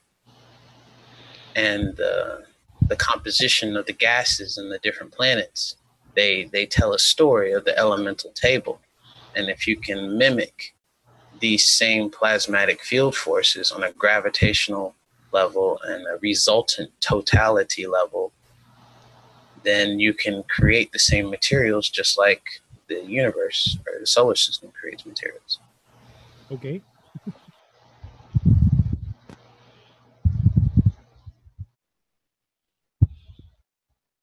Not quite the direction that I've been pushed into going the last while, but yes. Thank you specifically for pointing out what you did with the battery. Also, the gravitational. It's negative to negative, positive to positive. Well, one's in, one's out, and the mag-grav in, one's out. Well, no, I mean, if you put the magnetical around the positive, you put the counterclockwise around the positive of the battery. The positive of the battery is pulling in, but the magnetical is radiating out. So, which is exactly opposite of what the electrons themselves are doing. Right. So you create a traffic jam of electrons, and that's when you're dealing with plasma. Well, you're only using what you need. I'm not viewing the plasma as the electrons. What I'm creating is counterflow of dissimilar forces to maintain a balance within the totality of the system, because I know the universe seeks balance. So if you create a system that is unbalanced, it's going to pull itself apart. You need to have a balanced system. So anywhere where there's something coming out, something has to be going back in at the same place to maintain that balance. Right. All right. I like that observation. Thank you. John, can you hear me? Yes, I can. I'm having problem with my microphone. Looks like I was talking, but no one could hear me. Since the negative of the battery is connected to the chassis as ground, and you have that as with your spin direction as seems like the magnetic, Yes. Does that have, would that have any of the effects that the chassis being the magnetic and everything, all the other wires that are connected to the positive of the battery being the gravitational? I'm wondering what kind of an interaction that will create within both the electrical circuitry and at the mechanical level, because the engine, I think the engine is isolated from the chassis with some rubber bushings, I think, but I think there's also connection to the engine, right? The engine is always grounded to grounded battery also, right? in a negative ground system, or grounded to the battery on the positive terminal on a positive grounding system, which some English cars have in the old days. Yeah. Yeah, the interaction in the fields is going to be really complex.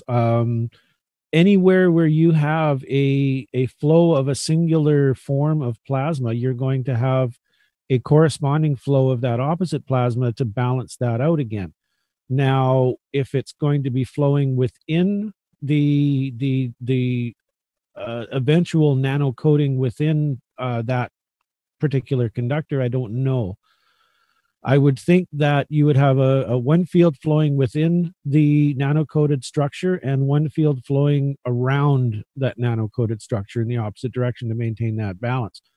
So it's going to be, I suppose, if you were to just take a photograph of it somehow, Kirlian photography or whatever, I'm sure we'll come up with something, it would look very, very chaotic, but it would still be a very balanced system. I think it's going to seek a balance regardless of if you have one single wire on the gravitational and everything else is magnetic. I still think it's going to seek that balance.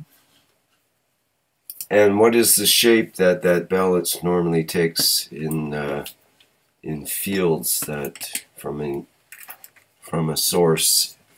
It's well, in free plasma, it's a sphere. That's right. So it'd be interesting if that is the case. Maybe that sphere grows from that seed of the battery terminal act and grows into the whole vehicle, essentially, encasing it in a plasmatic sphere.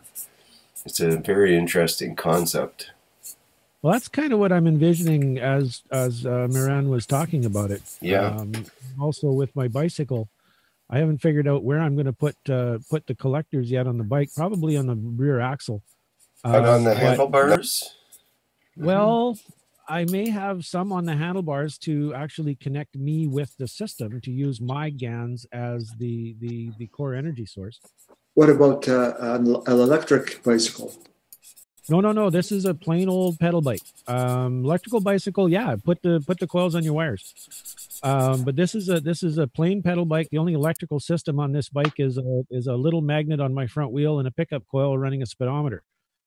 I want to see if I can transcend the electrical in this instance and go directly into infusing the entire bicycle with a balanced field. And if that is the case, I should be able to just think faster and go down the road. And where are you putting John, where are you putting the coils? I don't know yet. I'm thinking, right, first instinct would be on either side of the rear wheel axle. One on one side, one on the other, or perhaps two on each side, a balanced system on each side. In opposite directions. So I have the gravitational on the inside, the magnetical on the outside. I just here's an interesting idea for the bicycle. Imagine the bicycle with three, say, I don't know if three is correct, but I'm thinking like 3 reactors or 3 coil combinations embedded in the front wheel, in other words, attached to the spokes of the front wheel, and 3 more in the rear wheel. And then you've got three rotating reactors in each wheel, which are very, it seems like an interesting way to go, to have both the spiral coil and rotated at the same time. You mean the reactor attached to the tire? Well, yeah. Say having a coil, a nano-coated coil, attached to equidistant on the spokes of the wheel, three of them in different parts of the wheel, spaced equally apart, and then they are rotating with the wheel and creating their own rotational space there, basically. So it will be the rotational will be in the front, so the flow will go to the magnetical at the back.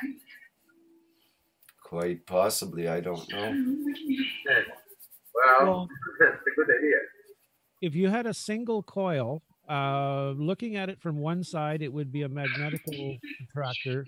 Looking at it from the other side, it would be really, really easy to do that with a spherical type reactor, and put little wind vanes on it so that the wind, the air as it's traveling around in that circle actually causes the reactor to spin. That would be a simple thing to do. Oh, good idea. Oh yeah, I see what you're saying. That's an interesting way to do it too. Of course, you could have a little spinning fan thing that spins the reactor just sitting on your front handlebars too. Yeah. Or on the top of your head. Yes, a propeller with a reactor that spins that it actually causes you to levitate. That would be really something. People think that little propeller makes you lift, and well, you don't know the real secret. Because the most powerful gas in the body is the brain. Mm-hmm. Wow. When this sucker hits 88 miles an hour, you're going to see some serious shit. I will pay to see the people's face when you are riding your bike with your reactor in your, over your head and all those spirals around and floating in the air. 30 feet off the ground? Yeah. Yeah, I think it was, what movie was that? E.T. The Flying Nun, I think. She flies her bicycle. Also E.T. Go Home, or that, remember the 70s. Yeah. Well, we all know that we have a deadline here by, when is it? Is it September 15th or October 15th? In Back to the Future, where in that older movie, they actually had a date of 2015 as when they went into the future, where they had the hoverboard, and the hovering car, the DeLorean. So I think it's the 21st of the month, not the 15th. Of September? Or October? One of the two. I think it's September. So September 21st, perhaps, 2015. Which would be, I think it was all in dates like 07, 21, 2015 or something. We'll have to it's check October into that. October 21st, 2015. Just Googled it. Good. We have an extra month there. That's good. So that's our deadline, October 21st, 2015 for lift. And where is that incredible noise? And hopefully with a DeLorean car, that would be preferable. I think we have to find a gutted DeLorean. It's got to be cheap, no engine, no transmission required, just wheels, maybe not even wheels. Well, I did a quick search about 3 weeks ago, and I found 6 on the planet, so we may have a hard time finding one. Really? There's a DeLorean dealer in Europe, but they may only have one at a time. Yes, we had one 10 years ago that we sold, but we're still open. Well, Moran said that the Tech Foundation has purchased the Opel plant in Germany. Perhaps we can reconfigure the Opel GT. Yeah, that was the deal that was maybe going to happen, but it didn't. So they didn't actually purchase it, but that kind of thing can happen. That's what people like Elon Musk has done recently. He purchased a automotive plant and turned it into largest battery making facility or something. No, I think that was one of his manufacturing facilities, actually. John, one question. When you place the coils on the battery, you just push it, or you open a little bit the contact of the battery and then tight it again? Either way, whatever works. When I put it on the truck, we just slid it down into the little slot in the lead battery clamp, and it fit really, really nicely. And Okay. If it's really sloppy, if your clamp is kind of wore out, or if there isn't a good spot to put it, you can just loosen the clamp up a little bit, jam the wire in there, and then tighten the clamp up again, and that'll keep it from bouncing around or possibly falling out if you've got a lot of space above your battery. Oh, okay. And when you see it from the top, once you install it, for example, the positive coil, once you see it from the top, you will see the counterclockwise, right? Yeah, looking down from the top, the positive is counterclockwise, the negative is clockwise. Okay, just to be sure. Thank you.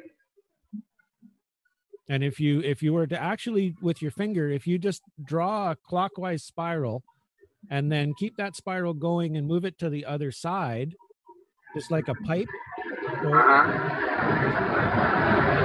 the same direction, it's just the only difference is your view of it. That's why they're different. Oh, okay. Well, when you see both from the top, of course, you will see the difference.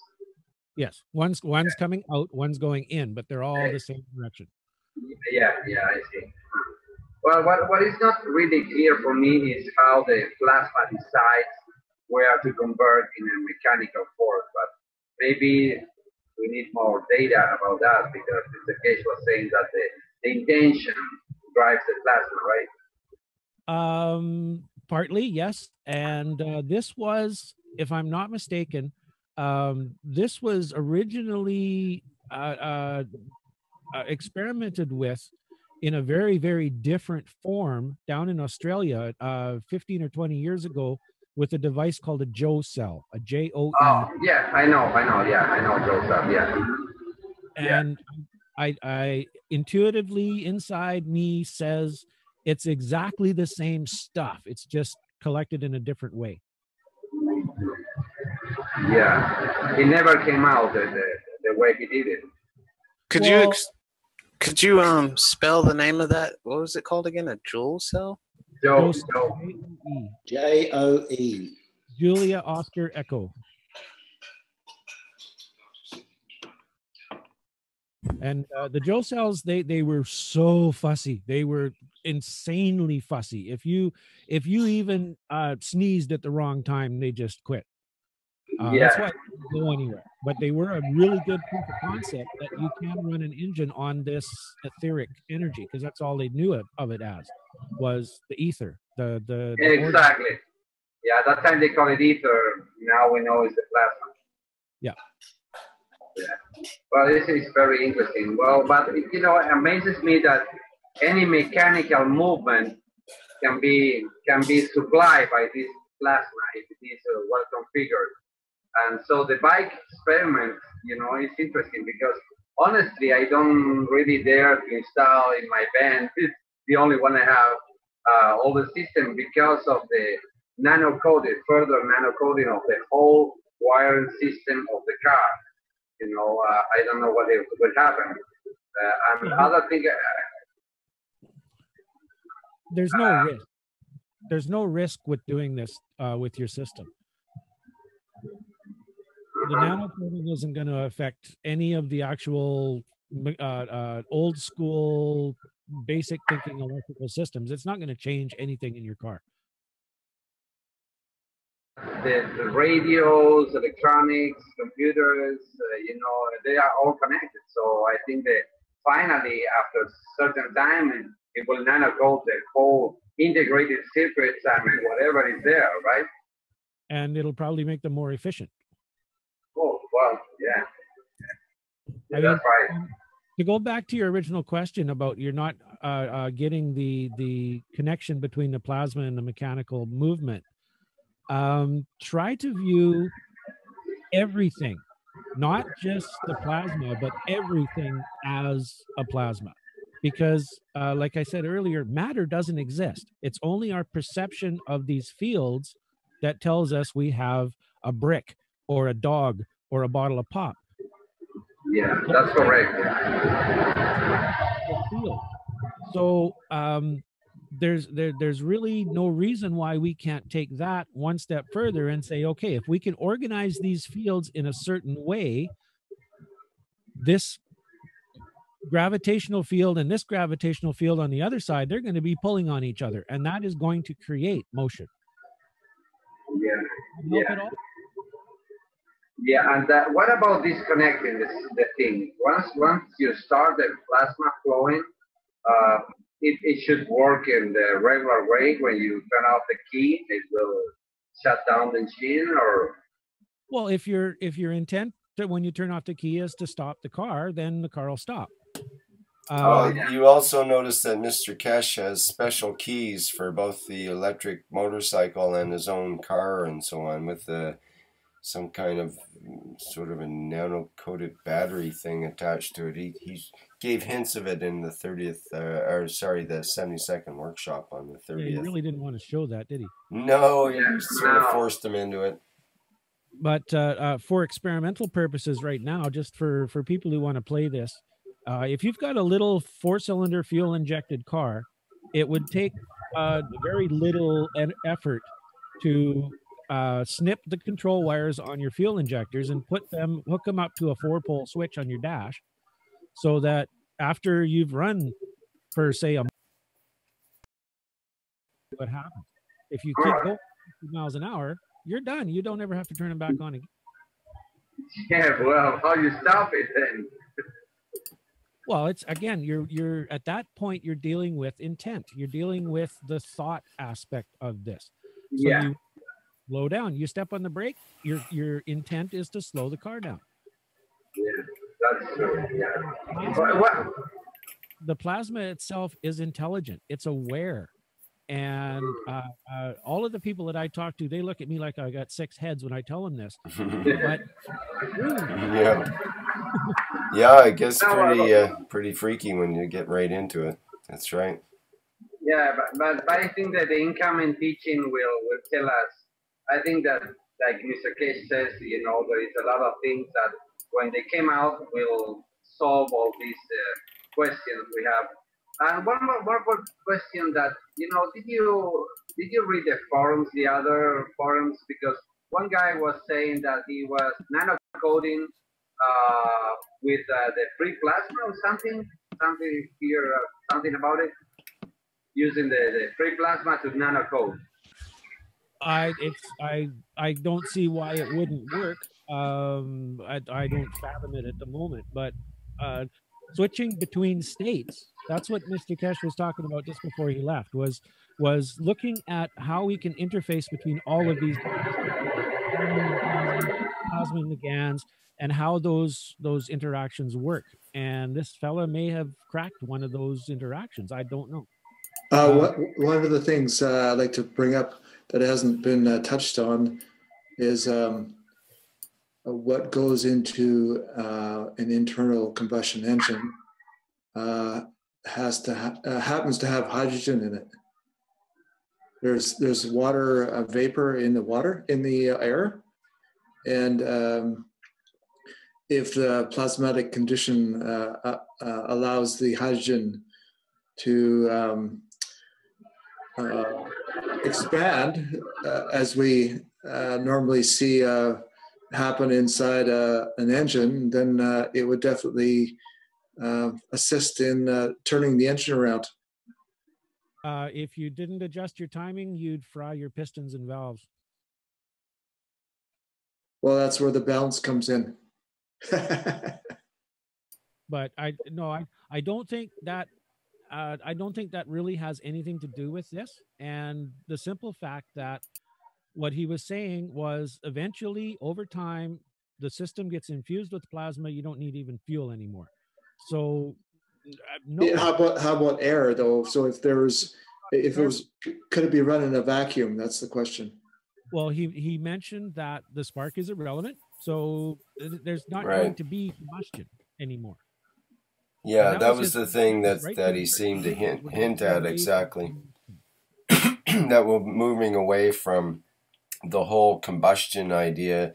It's not a matter of improved combustion, and he confirmed that with the spark plug idea there, that it's a systemic, it's a total system change for this plasma as it takes over.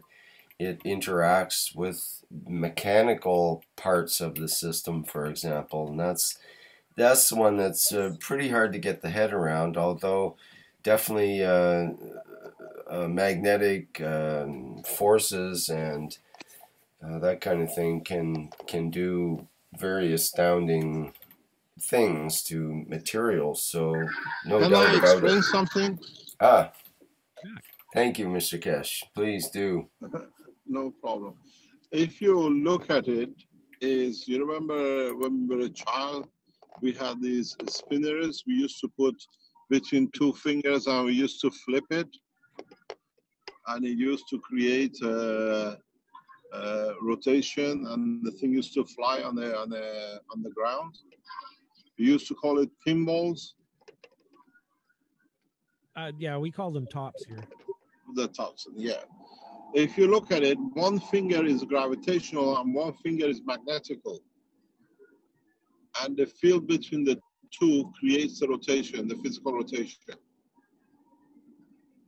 So in so many ways, you are not looking for...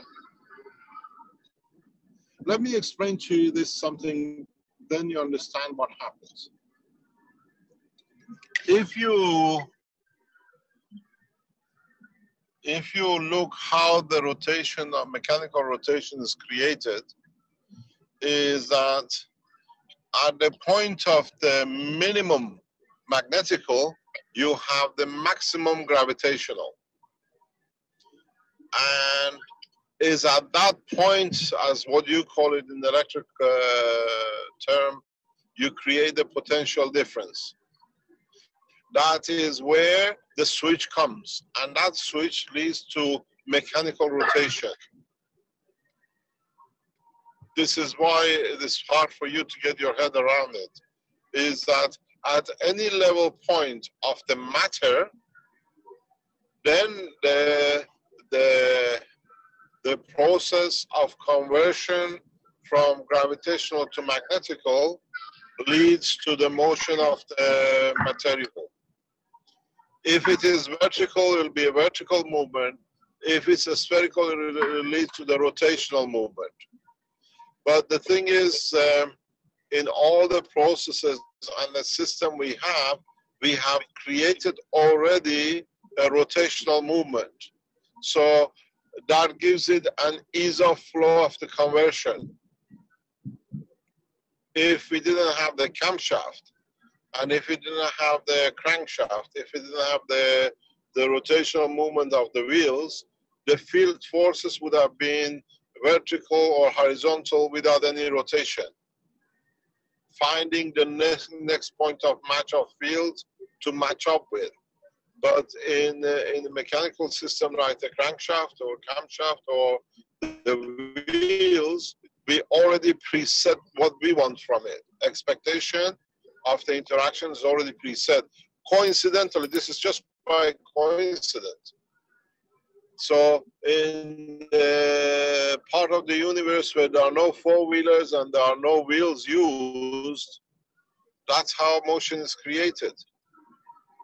And this is how the future system you build, which has no wheels and it has no crankshaft or whatever, you will attain motion. So, Mr. Keshe,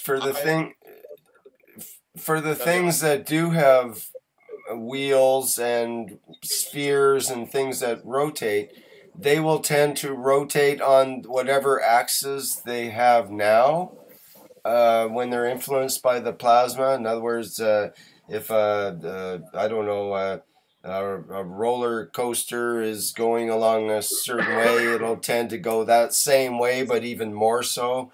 Will a car's tires tend to rotate the same way, but easier or more so? Preset, you see, you look at the shape. You shouldn't look at the you look at the shape of the wheel, but you should look at the dissipation of the fields at the interface of that wheel, which dictates the rotation. It's a totally different concept. It's totally different way of looking at it. You look at the rotation of the wheel leading to motion, horizontal motion or whatever, because this is the way you understand it. But when you connect the plasmatic and gravitational, then the wheel at the interface become the point of dissipation, how the fields are dispersed. Then that leads to creation of rotation. Because this is the problem with what I call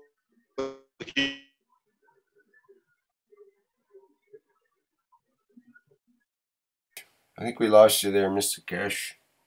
Hello? Human system and universal system. They are made so distinguished how one works within the other. If we didn't have the others, yeah, we wouldn't have the closeness of similarity between the two. One transfers energy in a mechanical form, one transfers energy in a plasmatic form, but so similar that creates a confusion. You think one is doing the other's job once you go from one to another. This is part of the problem which we see, and it's part of the teaching to clarify. It's this understanding of the totality and not partially. So it sounds like I should be directing my plasmatic field through the axle rather than into the wheel itself. Can you speak louder, please? Oh, I'm sorry. It sounds like I should be working on directing the plasmatic field through the axle rather than into the wheel itself or around the wheel. Yes, yes, in a way, because the wheel is the bottom line. Right. It's an end product of the conversion, which was already done in the crankshaft. Okay, so my initial idea, my first instinct was to put the magnetic and gravitational, let's call them collectors, on the axle, on either side of the axle of the wheel. Maybe it's an option. Look at it. Why not? There is no limitation. I understand, and that was just my first instinct was to configure it in that way. Well, Mr. Keshe's one of his designs was to have each shock absorber is a reactor plus another reactor in the center of the vehicle, I believe. So that sort of coincides with that idea in a way.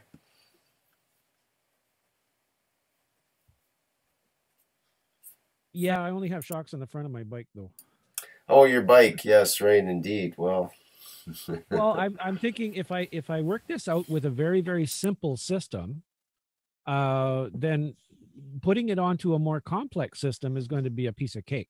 But if I start with a complex system, it's going to be very difficult to eliminate variables.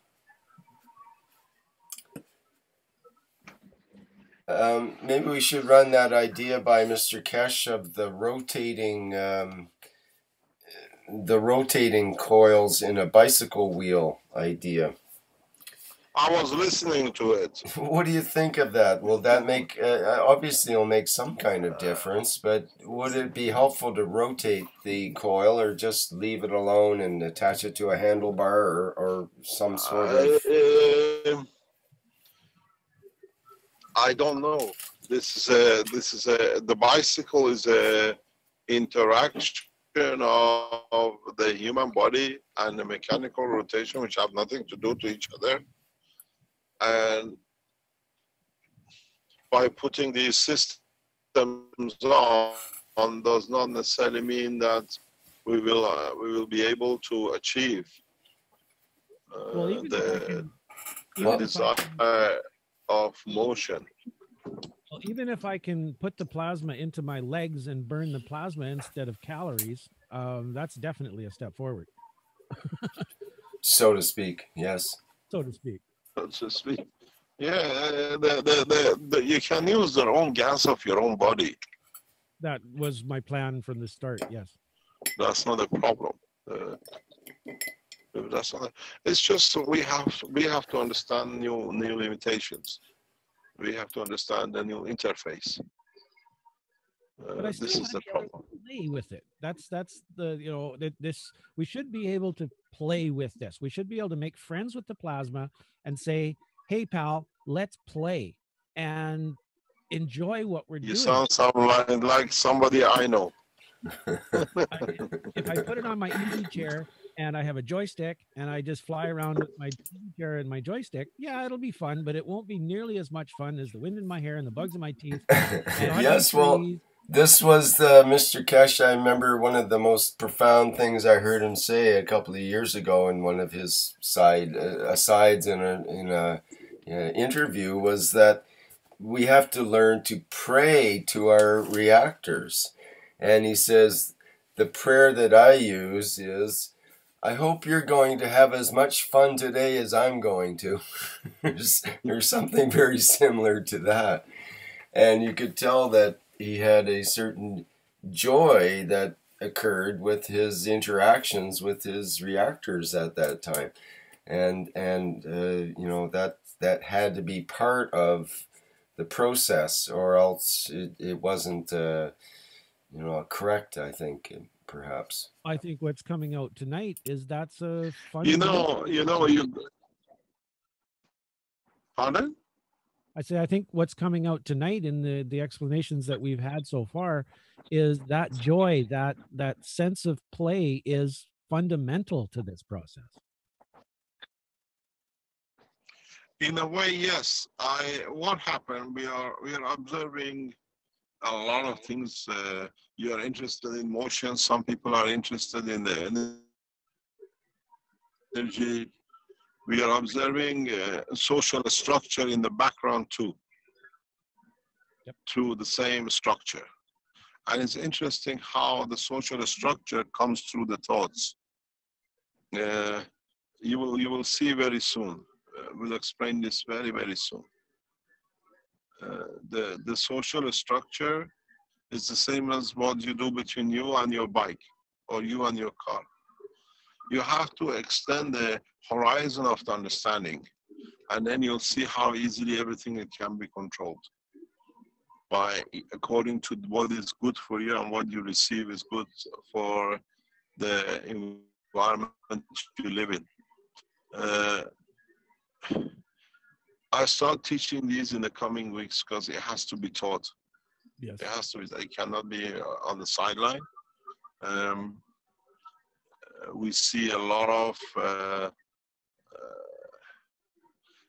physical interactions, a lot of physical movement. We see a lot of emotional movement, and then at the end of it, they all come to be the same source. It's the same with your.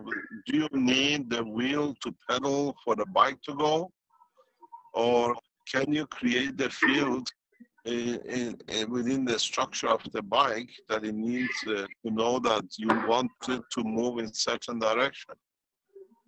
Mm-hmm. One of the things which I discussed in a lecture with the automobile people who are developing, like Mercedes, is, for example, when you're driving the car, is it your wish to have an accident will create an accident, or if you wish not to have an accident, you never have an accident? Is there a need for insurance companies to insure you, where everybody's wish is not to have an accident? These social interactions will come into light very heavily soon, very heavily. Yes. When nobody's interaction is to no harm no one, and your emotion controls the direction of flow of the car, and the whole car reacts in response to, then we don't have any more accidents. Do we need insurance coverage anymore to cover ourselves? There's a lot of new understanding has to be added. This plasma technology will cover everything. Yeah, over time, Mr. Keshe. Pardon? This is Aníbal. No, I'm saying that over time, because we need to get rid of the, hidden fears. We're talking, the way we see it going, we're talking a matter of years.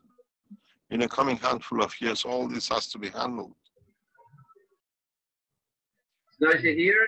Noisy? I just, your mic opened up. We could hear everything out from the street to... Yeah, Annabelle, you have to deal with your microphone. You have a real problem with your it's part of the social structure. Your microphone. Is there a need for insurance for somebody's intention?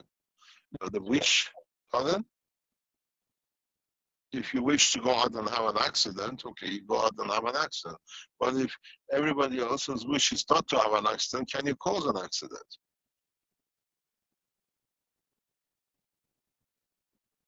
This is part of the social structure, and the one who causes accident, you will find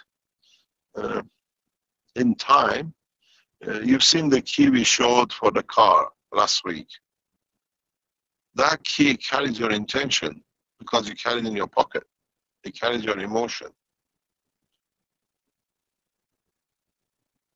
And when you start the car, you already preset the condition. These are different ball games. They're not mechanical movements anymore. It's the totality, and everything in the universe is balanced to be. You'll be surprised. Yeah, this is going to address one question that I had very, very early on when you had first brought up the idea of the flying car. And you had mentioned that it would be limited to about Mach 30 in the atmosphere. Otherwise, you'd wind up leaving the planet. And I was thinking there needs to be some sort of some way to avoid hitting a duck. Because hitting a duck at Mach 30 would not be a very pleasant thing to do. And I'm going to be patient, and I'm going to wait because I know it will be answered. But I'm curious about it. And you've sort of answered it already, that if you don't want to hit a duck, there just won't be a duck there. No, because as I said, NASA is playing with these things. Not NASA, Boeing is playing with these things. What we see, let's look at a bunch of flies flying. Let's look at a bunch of birds flying. How do they avoid each other? How come hundreds of thousands of them, have you seen these huge flocks? And none touches each other. Mm-hmm. Are they such an expert? Or is it set in their mind that creates certain condition that they don't want to do each other, that even millions of them flying together, they never touch each other? Yeah. There's a cave somewhere, 1 million, bats come out of this cave every night, and they never touch each other. The bats hit the wall of the cave, but they never touch each other. Is it their intention, or are they such an expert that they can watch millions of other birds at the same time?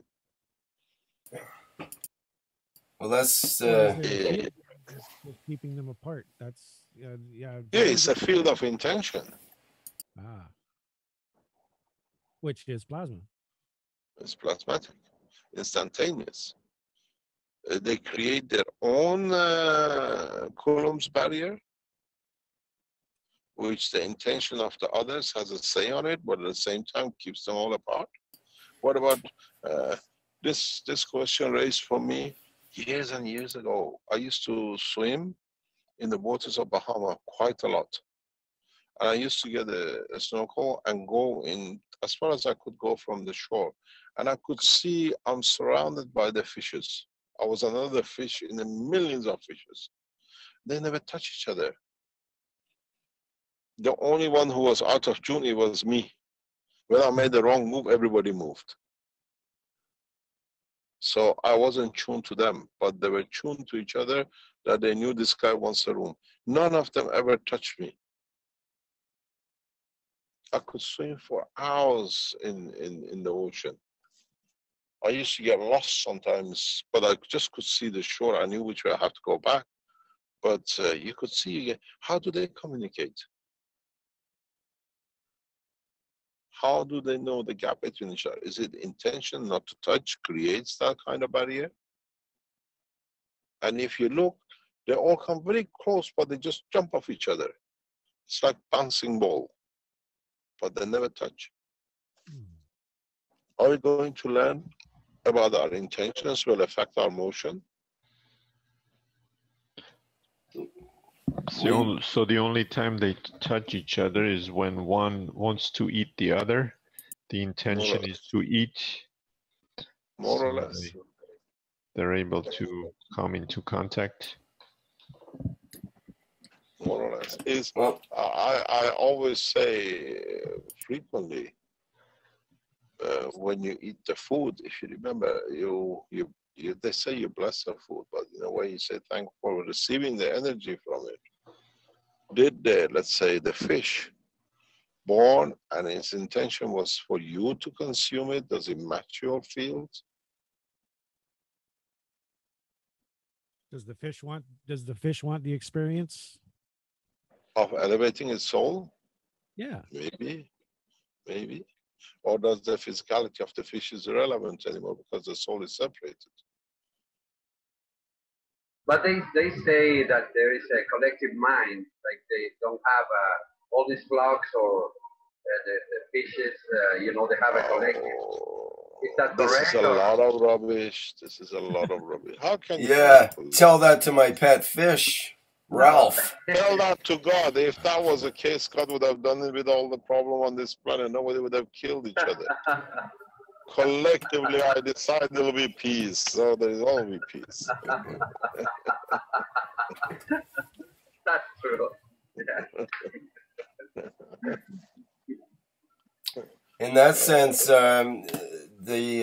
like in terms of vehicles, for example, we have these electric cars and we have these automated cars now that are self-driving. And we have the first self-driving semi-trailer that's down in Texas driving around with no driver and so on. These systems are designed so they don't bump into each other. That's what their main objective is, not to crash into something else. We have, for example, the Google self-driving car. The only time it got in an accident in the last couple of million miles is when the human operator tried to take over from the automated system and smacked into something. So I think more and more in the future, in the near future, the driving as such will be taken away from the humans because they can't pay attention long enough and they tend to get distracted, and all of a sudden at Mach 30 you don't want to be distracted by things. You have to know where you're going in a very deliberate way, I would think. So perhaps until our minds, or at least some of our minds, get trained well enough, then we may need like automated systems to rely on to do that same effect of keeping everything separated. What do you think of that? Will there be a transition period, or can we transition right away into that ability to act like the fishes and keep away from smacking each other? I'm willing to give it a try. Okay, I'll trust you, but I don't know if I trust your grandmother. Especially if she's not alive. Like mine. That's the idea. I wouldn't trust, your 7-year-old kids, let's say. Well, the MagRav fields would have a self-adjusting, self-positioning effect, though. So even though you wanted to bring them close together fast enough, they would tend to kind of resist that. To bounce off, in effect. take time to adjust the fields for that close proximity. So yeah, and in terms of the unfortunate duck that we spoke about earlier, perhaps it would be not even disturbed very much if you were traveling at, say, Mach 40, but your fields went ahead for kilometers, let's say, and if, say, that duck was sensed in that field ahead, you could either change your field so that the duck was essentially pushed aside while you zip by, or the fields might be in such a way that when you're traveling, it's not really in a physical realm so much as a energy realm. Exactly. I think that way, yeah, I think that's correct, because once you are running 30 much, you are in another, you are not like a matter state, maybe you are in a plasmatic state, and you can even go through the duct and not even realize that there was a duct there. Well, think about what Moran had said when Fukushima went up and he phoned Japan and said, look, I can put a bubble around that reactor. It can do whatever it wants, and it doesn't matter because it's not in our reality. It would be a very similar, or I would think a very similar system wrapped around one of these flying devices where you're not even connected to, you could go right through the duct. You wouldn't even know it was there. That was the what I had envisioned when I heard his description of what he was planning for that reactor. Yeah, but we've also heard, though, we've heard traveling in space and the concept of like there's different levels, I guess, because we've talked about traveling in space without a spacecraft and with a spacecraft, and if you see aliens traveling with a spacecraft, then they're the less evolved ones and this kind of thing. But you can envision that if we're using a spacecraft and we're traveling in space and at high speeds, that you want to be sure to avoid grains of dust that would normally go right through the spacecraft if it was not protected. So the idea there was to have these counter-rotating fields that are able to extend out and protect the ship in a plasmatic magnetic barrier that won't enable. Like a channel, right? Or you're talking about a channel, like a tunnel or something like that? No, more like a, say, it could be an egg-shaped or more elongated, like a tubular field that would be around the craft, and it would extend out for, say, many kilometers out into space in the direction you're traveling in. So if there was particles out at that point, they would be obliterated or pushed aside depending on what fields and what strengths you were dealing with and so on. And in that sense, perhaps you could extend fields out and actually go through the sun or go through a planet or whatever else you wish to travel in. You want to blow a hole through the sun, Rick? No, not blowing holes anywhere, just moving fields aside to allow passage, that's all. Yeah, well, what was described was a three-layer field. So if a particle got through one, it's not going to get through the second one. If it does get through the second one, it won't get through the third one. Right. And they did use the word obliterate, which to me means it's not there anymore. It's gone. So if well, it become part of the field. Poke a hole right through it. And on the planet, down on the surface of the planet, if you're doing that, you're obliterating atoms of the atmosphere. So there's got to be way more to it than that. And I think the wording is not really accurate the way it was described. Okay, well, definitely we need to do more work on that. But I mean, even on a matter basis, you can envision a field. For example, the shear forces in a vortex, in a tornado, or in a whirlpool are quite incredible, enough that in a serious one, it'll actually tear virtually any kind of matter apart into its primary particles and create a plasma, in fact. So even on that matter basis of whipping stuff around that way, you can imagine as if having a tornado around the craft, in effect, and but more with the plasmatic magnetic fields rather than matter-based stuff. How much more powerful that could be in terms of shear factors. Oh, I'm sure a very detailed explanation will be forthcoming on this sometime. Yes, right. We're not quite there yet with our reactor combos. And with my bicycle, I don't mind hitting bugs at 30K. That's not so bad. Right. Hey, Rick, can I share my screen? Okay, let me stop sharing here and allow you to share. There we go. When you guys have the system ready, I don't have a DeLorean, but I got this car that could. Oh yeah. Be. I've seen retrofitted. this. I've seen this before somewhere. I don't. What is this now? Is this? It's hand built, isn't it? Three-wheeler. Yeah, I built this started it back in '84, but never finished it yet. Waiting Was for that? Wait a minute. Was that the same year as the Back to the Future movie? Or it was '83, I think it was. 80. I don't remember. Huh. By Is coincidence. that a car base or is that all handmade? It's all handmade. It's fiberglass body.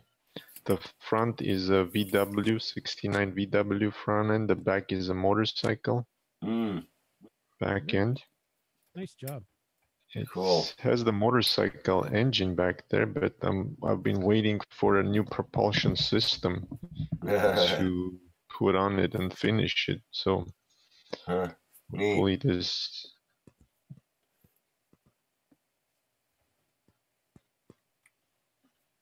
I love that way of steering. Yeah, the steering wheel comes out. Not wheel, it's a stick. That was the shifter. Ah. Yeah. That was like the motorcycle foot shifter converted to a hand shifter. Yeah. Huh, nice. Good. Lots of work. So, because usually I'm the stupid one, why do you need a car to have your propulsion going? You can sit in your chair, you're in a bubble anyway. So, Great Do you still have it, Robert? Do you still have it? Sorry? Robert, do you still have the car? I think he said he did. I don't hear him responding right now, but I believe he did. Because it will be a good prototype to insert all these coils or reactors or whatever. Sure. Looks like it'd be great fun to work on. Oh, I think Sandor wants to show us something too. Yeah, thank you for the great inspiration, Robert. In the 70s, as a kid, I used to draw such a prototype designs and so on, also some three-wheeler, just with not so good for stability in case of going on wheels, because I had a design with two wheels on the back, one wheel in the front, and something like this, about this shape.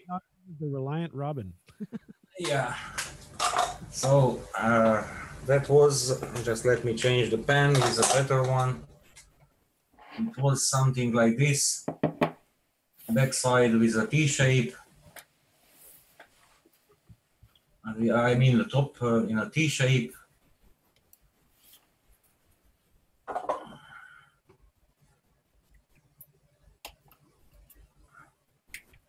Something like this. One wheel in the front, actually well hidden, not well seen, and the doors were just designed to open in this way. can see that. Yeah, unfortunately, the single wheel up front is incredibly unstable. Yes, I know. So that's why I never made it. But the steering was with the stick, with the single hand, so also good for the handicap one, people. So no legs are involved. Mr. Bean made it. Yeah.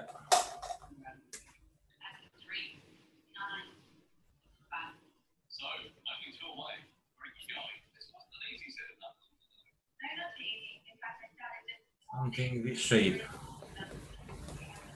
Not so good to work with these pens.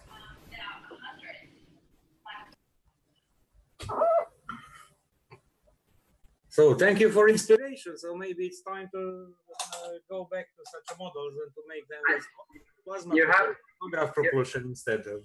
You have that car, Sandor? No, I was a kid when I was drawing it for in many versions and with mechanical details, and just I didn't. I never built it. Oh, it was so, yeah. Actually, a top view would be something like this.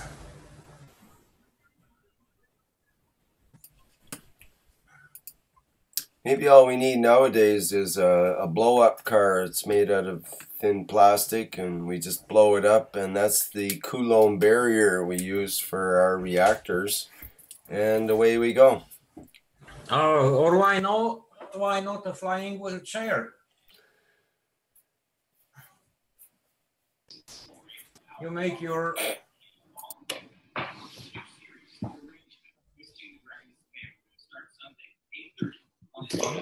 you have your chair.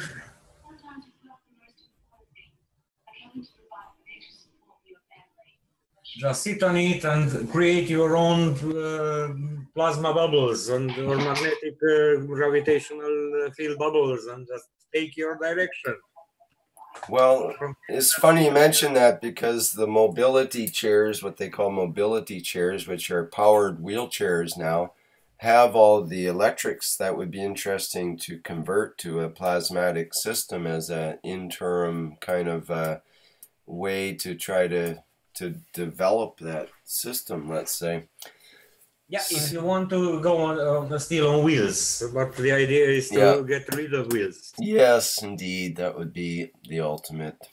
Been working on that idea. Those power chairs here on the property to play with, from Yeah. really old shop riders to the latest 3-wheel 40-kilometer-an-hour cruisers. Yeah, some of them are quite amazing now, actually. And I saw, I was talking with Guy, it's funny you guys mentioned these 3-wheelers tonight, because I talked with Guy that I saw this 3-wheeler earlier today. It was one of these 3-wheeled bicycles, 2 wheels up front, 1 wheel in the back. You sort of lie down while you pedal it. But this one was different in that it had an electric motor on it. So this guy I was stuck in traffic, and this guy was just whipping along in the bike lane, and he zipped over into just a pedestrian crosswalk and zipped across the crosswalk and then back into the bike lane. He was gone blocks ahead before anybody else even turned the corner in their vehicles. And I was quite amazed at how quick and efficient it looked to get around. So you can imagine that same thing that didn't have wheels and was able to just zip in amongst all the vehicles and people because he happened to have the Keshe plasmatic device attached to it or whatever, you know. It'd be great. Oh, the possibilities are endless. They are totally endless. But we just need one possibility. That's a DeLorean by October 21st at all costs to levitate. Not just the DeLorean, but to levitate. We gotta or hoverboard and or DeLorean, especially both of them together. If that could both be presented on the 21st of October, you would have the entire world at your fingertips, essentially. If you see me doing the Sorry, go ahead. if you see me doing the ET fly by the moon thing by Sook there, you'll know who it is. See this flying bicycle going by. What the hell was that? Well, you know, I was out here a couple of years ago, well, about 5, 6 years ago now, and sitting on my back deck down by the ocean, and suddenly this boat came flying by, literally flying. Inflatable Zodiac-looking boat was literally flying overhead, quite low, less than a couple thousand feet, about 1,000 feet probably. And then it turns out a local guy has a parasail-powered boat. So from underneath, it looks just like a boat. You can't even hardly see the sail part. There's no wings as such. There's just a parasail. So he had it rigged up so he could land in the water and take off in the water and so on. Anyway, it gets away from the topic here, which is always got to get back to plasmatic. What do you got there, Shandor, for us? Oh, no audio. What's happening there, Shandor? Guys, did you hear about the Grenikov this device we copy based on insects? I have the link here if someone is interested, because it was so simple. He just discovered how to create this gravitational effect, but in a copy nature. And here is the link. It's very interesting. Yeah, I think. Grebenikov? Grebenikov, yeah. You heard about him?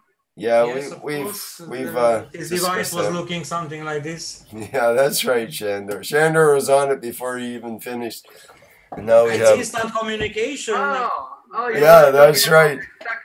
He just heard the message before you talk the words. Yeah, yeah, that's the way it works. That's the way, and then the picture's worth 1,000 words, so he's already talked 1,000 words before you ask the question. So that's not bad, not bad. Well, here is, if someone is interested, here is a link with the story of this guy and the pictures what Shandor is drawing. Yeah.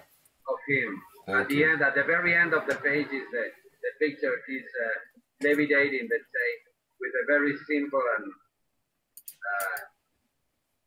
device, exactly as Shandor drew it. Right. See if I can find that here. At the very end is the rest is the story. Yeah, you get a couple of 1,000 bugs for your platform, though. Looks like this. And back to just a second, somebody had a comment about the stability for these 3 wheelers with one wheel in the front. It's so not so good. So maybe it depends on construction. Have you seen dragsters? Have I seen which? Dragster. Yes, that's right. And they usually have 2 wheels in the front, but the wheels can be very close together actually in the modern dragster because you want the least wind resistance, so they tend to put them as close as they can. And small. Dragsters don't tend to go around corners either. If you look at and sometimes the front wheels don't even touch the ground through the length of the quarter mile, and they can steer. They can steer by. So anyway, here the idea was to put the center of gravity somewhere here. Well, if you look at Top Gear Reliant Robin on YouTube, you'll find Jeremy taking a Reliant out, and every single corner he rolls it. Okay. Yeah, exactly. Enough said. That's a production car that was actually built and sold, and they're all over Europe still. Apparently, there's a bunch of them out there. In any case, maybe the reactor combination will be unstable with 2 reactors at the back and 1 in the front as well. Well, if they're equidistant, it shouldn't make so much of a difference. But are you better off with 2 reactors in the front and 1 in the back? Will it fly back? Will it fly backwards better than forwards? Let's put it that way. That'll be it. You know, we can't get this thing to fly. We can't get this thing to fly. Have you tried it backwards? Okay. Hey, now it works, right? And that could be the way it is in some of this research that we do. So guys, there is no need to build model reactors anymore, right? Or do you think it's still necessary to create these ping pong balls, or we just move forward and continue with from Alex and after that? The rotating reactors were a needed step in learning and understanding to go gradually. If you start talking about free plasma without showing something mechanical and which you can touch, how many people would even listen till the end? Yeah, no, I understand that. I mean, but from now on, to create all kind of energy sources or whatever, there is no need to have a moving reactor, right? That's well, but they say with the Alex system, even just to start the system is necessary, the reactor, but also, you know, burying the system on Earth or just put it in on ground, it will work anyway. Have you proved? Who do you know who has proved that? Well, Alex told that.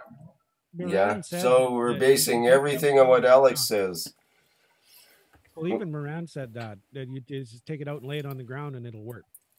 By the way, do you know what? Do you have any update once they disconnect the reactors? If steel is gaining 500% of energy, I mean the flow to the grid is 5 times the one that is getting in.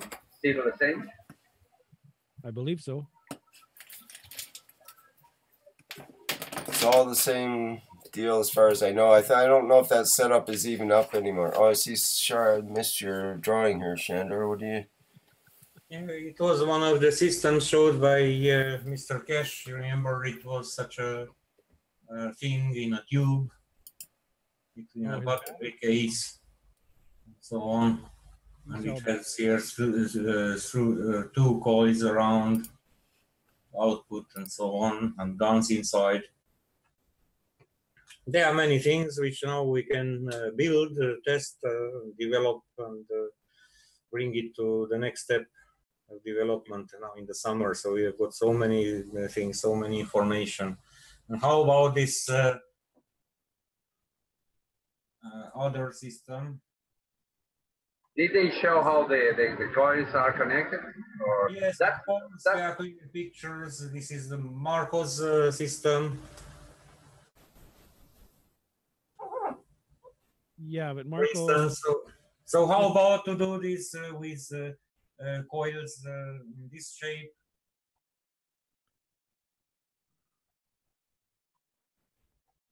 Trying different arrangements. And there's a question in the live stream earlier about like your top coil arrangement there with the 3 coils was very similar to the coils on a heating element on a stove. And the person was asking, I think it was Doug McDonald, wasn't it? He was asking, are these coils on the stove nano-coated from being heated and cooled so much over time, and would they work? Are they the same, basically? What do people think about that? I would think that they probably would wind up nano-coated, but the nichrome wire that's down inside the ceramic part of that, it's pretty much encapsulated in that ceramic. So it's not going to contact the air. It's not going to contact any hydrogen or any of the elements of the air. And plus it would be nichrome and not copper, so it would have its own set of environmental conditions that would be required for it to perform best or whatever, I suppose. Anyway, about heating, I'm now in a room where I have some boxes with experiments and so on, and containers and dances and nanomaterials and so on. And whenever my wife enters here, she says it's much warmer here, what I'm doing, because it's so hot. And actually, I can measure 3 centigrades higher temperature than the rooms which are just nearby.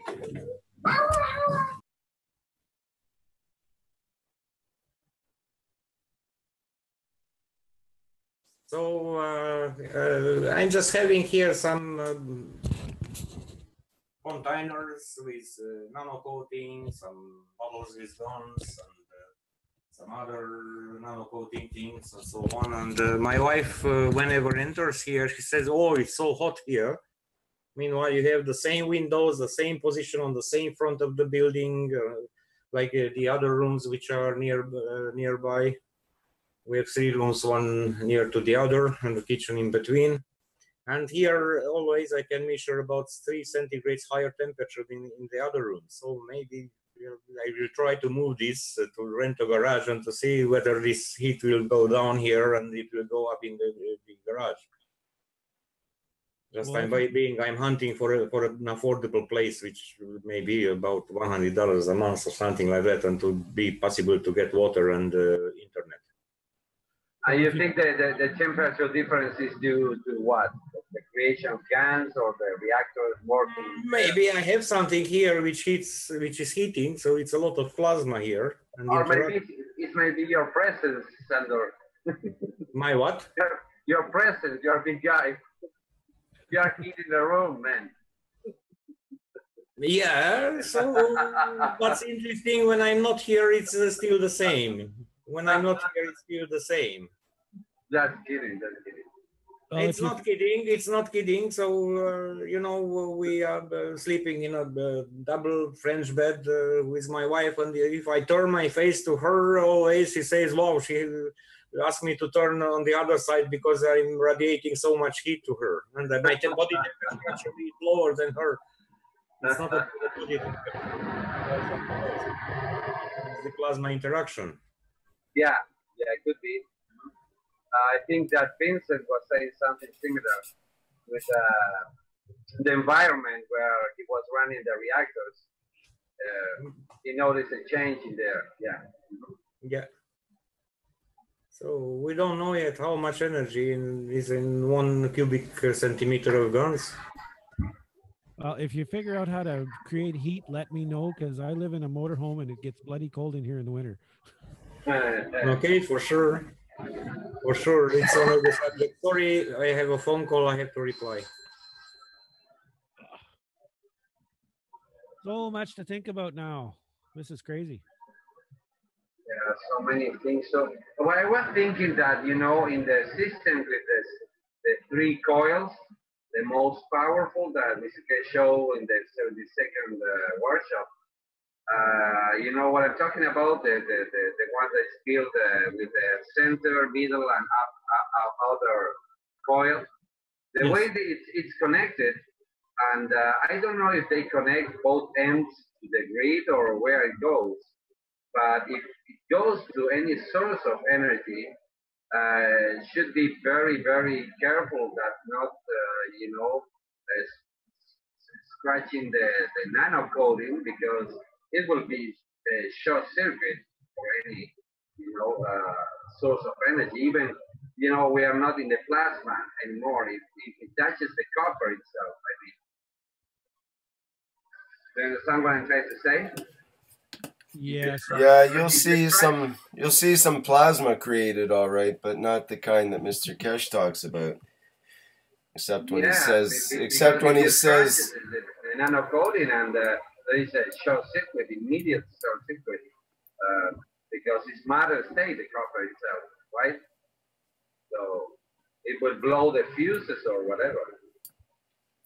Right. Well, that is a problem. That it may be that it's better to say inductively connect it rather than directly, or to lightly connect the nano-coated parts or something like that. Except induction will work with DC, Rick. Well, with plasma it will, though. Okay. It's supposed to be connected to the grid, or it has 2 ends, right?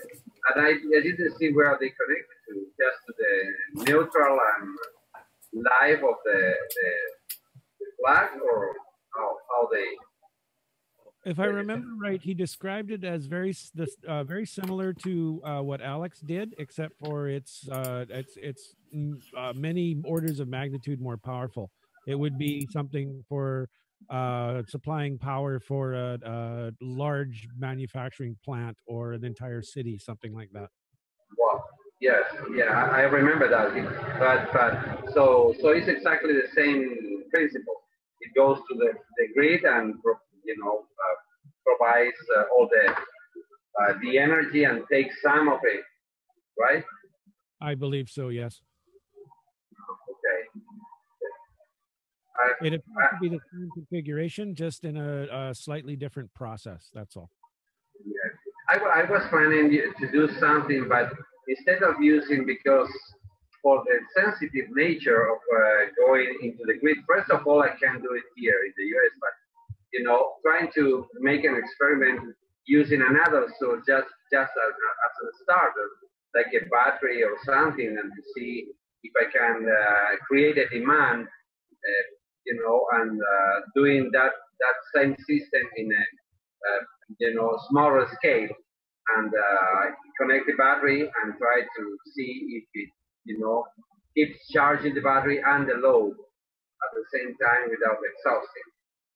I don't know if it will work, but I will try that. I don't know that scale actually makes that much of a difference with these systems.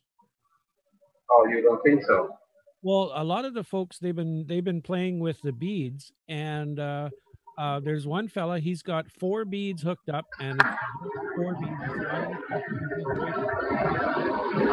configuration. Large LED lamp, or else, LED light. I think it's a 5-watt light, and that's just 4 beads. And I mean, it doesn't appear that there's any sort of a ratio there. I was looking at counting the beads on the inner and the outer circle, thinking prime numbers, golden ratio. There's got to be exactly a sweet spot in there somewhere. But I don't think it really matters if you have 5 beads on the inside and 11 on the outside, or 50 beads on the inside and 110 on the outside. I don't think you're going to get that much more performance out of the system. Well, I was talking about the number of spires, the turns. Well, it would go along the same route. Now, if the volume of nano layers, say the square millimeter surface area of your nano layers determines how much plasma you're going to collect, then yes, a large system is going to produce a large amount of plasma. A small system will produce a small amount of plasma. But if we look at the work of Nassim Haramein, who calculated there's an infinite amount of energy within a cubic centimeter of space. Yeah. Trillions of universes. Yeah. How big a piece of infinite do you want? Yeah, exactly. Yeah, that's right. But what if instead of making a coil, I will try also just with a nano-coated wire without many turns on it, just a straight one connected in the same way, because then you're eliminating the conduit aspect of the coil. Remember, Moran was saying, the tube coated coil, you're creating a conduit for the plasma. Oh yeah. Sorry, this is a test again. Do you hear the noise now, or you hear me well? I'm hearing it pretty good right now. How about others? No noise coming. I was thinking there is something which is scanning from time to time around the microphone, like a radar, but if you have an air conditioning which is doing this sweeping, in that case it was the air blown to the microphone. No, I have it far away from there. Oh, okay. I was wondering about the same thing. Thanks, Shandor. Yep. Okay, so it's anyways, not any radar there, it's the air conditioning, probably. I think the automatic gain control made a huge difference, I think, there. So Sure. Yeah, because it will go very high when you're not speaking. Right. To the top. It's much better anyway. It's less sounding like an alien from Planet 10 there for a while. Planet Zeus. Yeah, alien from Planet Zeus. So Okay, at least we now- found out that mystery, and you can do the same settings for the Skype next time, because in Skype also it's that sound always coming. Right, good point. Well, yeah, good to know. Yes. Okay, I wonder if we should wind things up here. It's been on for 3-4 hours or whatever the heck it's been. Or Shandor, did you have something you wanted to show there? I noticed your screen was up. Yes. Okay, yes, let's go with yes, that. I was just let me delay this. Acknowledge. Okay. So next thing. So how about, have you thought to combine this toroidal coil with another coil which is inside? So first you make a coil like this, then you wind a second coil on the top of it.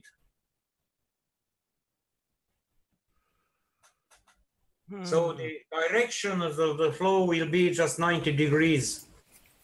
Is nano-coated both? Yes, of course. So Yeah, first yeah, you make the coils, then you nano-coat the entire thing. But then you're putting the inner coil where the plasma should be. First you make the inner coil, then you make the outer coil, then you nano-coat everything. Okay. How do you see the plasma flow through that system, though? That's a good question. So please figure out. And share with us. Well, Its it could. purpose is to give inspiration, not to give something to be copied. Okay, so here's some inspiration. The first coil you mentioned, the it looks like a tennis racket sort of shape, let's say. Okay, that could be the inner electrode that we've seen before in other reactors. You have an inner core electrode, which is the plasma tends to be around that. Okay, and then you got your outer coil, the one there, that the plasma will be inside. So the plasma should be between the outer coil and the inner coil, ideally. What will be in the center? The center of both of them? That would be probably the free plasma created by the plasmas, the other plasma. But for sure... I can't find a reference because it's already disappeared from the internet. In 1997, so many years ago, I have seen on the internet on a bulletin board system with all kind of hacking, fracking, and other tricks and tips. It was somebody who posted a device for manipulating the gravity, and it had such a toroidal coil over the other. So here maybe there were about 100 turns, and here there were maybe 300 turns of other coil, and he was adding DC together with a rheostat to play with it, connected to a power source, a high voltage power source, and so on. And here it had the other also with a rheostat, and also playing with the voltage on that one. Anyway, it was something interesting. And he said, when you start playing with combinations of the currents which go through them, you just expect to open the gates of the hell. So beware what you see there, because it will start change what you see. So it was nothing nano-coated at that time, of course. But well, it has an enamel isolated. Yes, it was enameled wire, magnet wire. But what happened? Say it again, please. I didn't understand that. What happened? What was the effect there?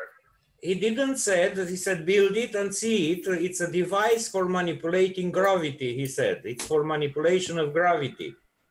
Might it was in 1987. Rodent coil guys. It's a BBS, the bulletin board system, right? I wonder if the rodent coil guys have thought of something like that. because it strikes me that the outer coil will be more efficient in a rodent type of configuration. Yeah, there are many interesting things to improve such things. I like the toroidal shape. It looks like everything, fits there.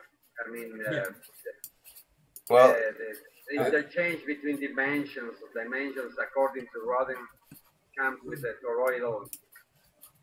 By the way, before to read this in 1997, so now back to future thing, it was in 1978 when I played by making a small coil with an enameled wire about this size, and I continued to make it around it.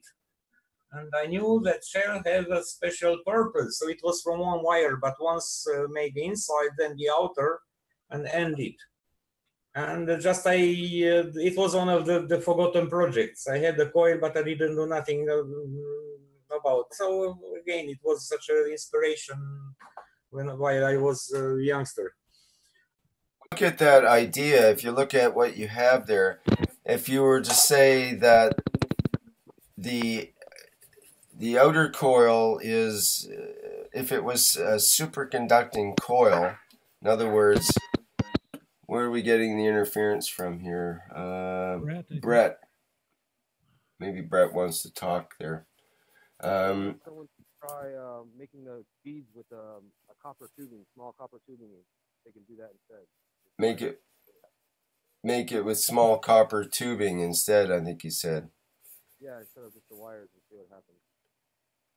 Right, yeah, that's another possibility for sure. And you could even run GANs through it with a pump if you had copper tubing as well. Yeah, I made one while we've been sitting here.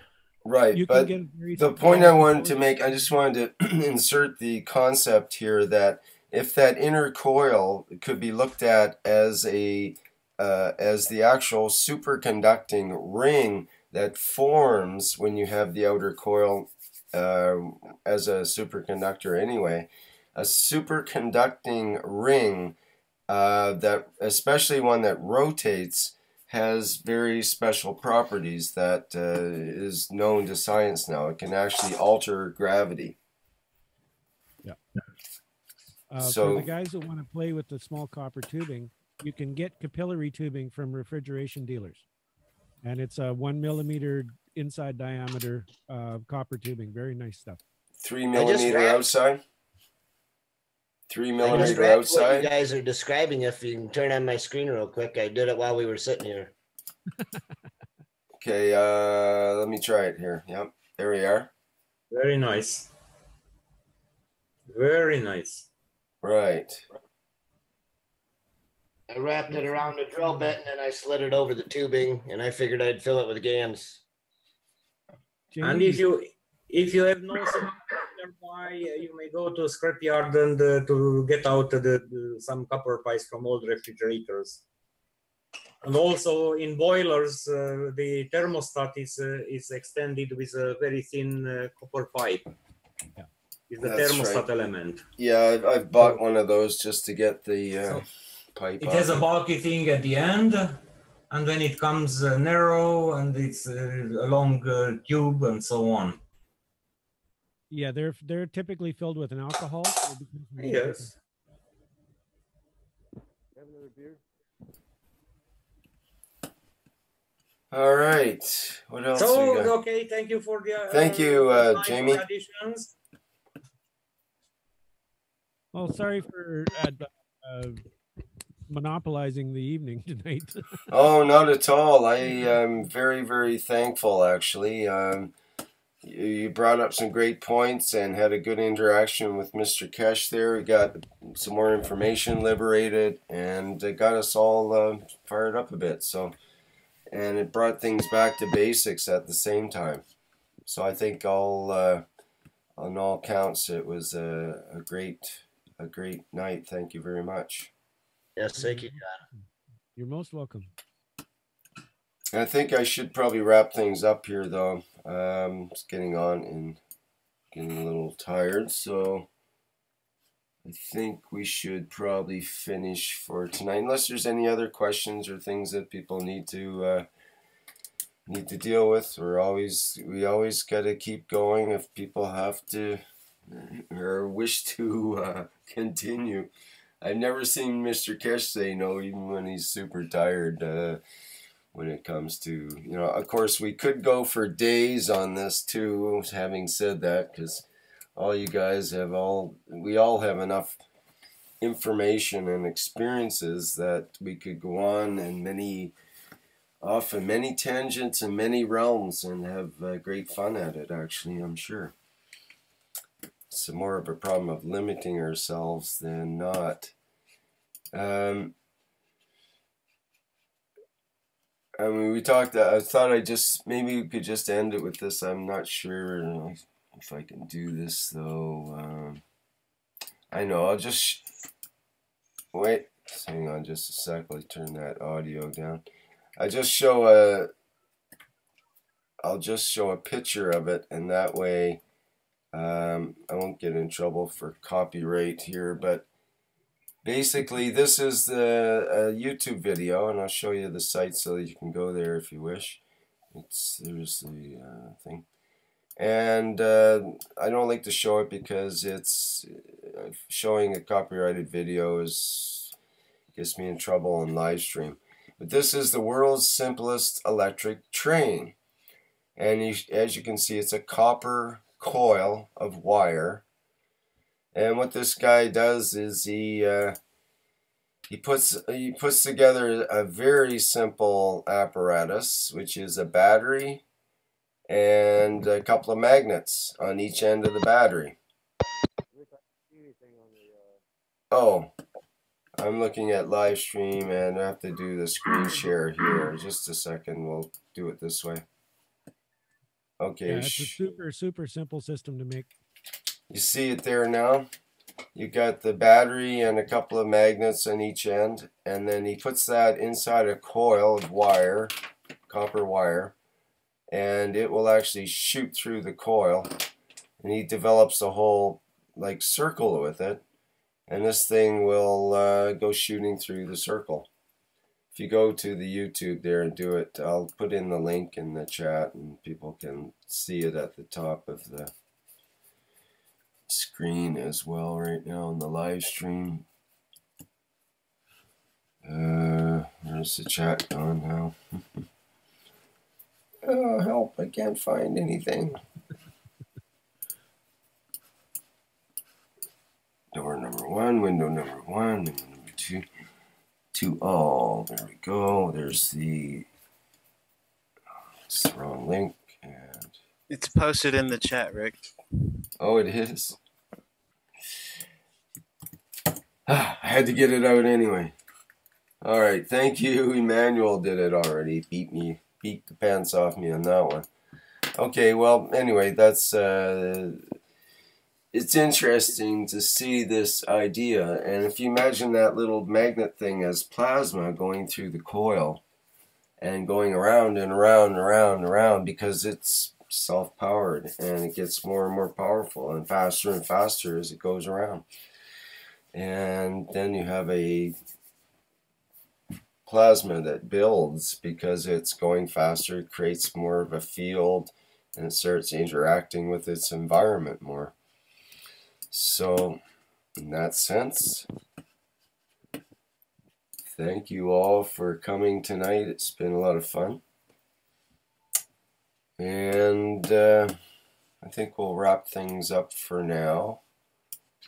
And come back again next week. But we also have the Knowledge Seekers Workshop, which is tomorrow night, basically, my time, but Thursday, 9 a.m. Central European time. That'll be the 73rd Knowledge Seekers Workshop. And yeah, so that'll be the next one. I'll just put the last screen up here of the electric moped. I think it is. I think it's a moped, not a motorcycle, just a moped. If it doesn't have bicycle pedals on it, it's just a scooter. Okay, electric scooter, I guess. Yeah, right. That Mr. Keshe showed at the last workshop and so on. It's classified as a step-through electric motorcycle, I think. I had one. Yeah, interesting device to work on for this kind of electric plasma to electric, plasma electric conversions. Geez, that might be a good one for the near future. Doing plasma conversions on electric vehicles. I could see myself doing such benevolent work, I think. Oh, there'll be lots of industries for that sort of stuff. Yeah, there'll be no shortage of people wanting to do it and wanting to have it done once it catches on, I'm sure. And hopefully one of us will be the ones that will show the way how to do that. So, and maybe even by next week, but at all costs, by October 21st, we must have a levitating DeLorean or hoverboard.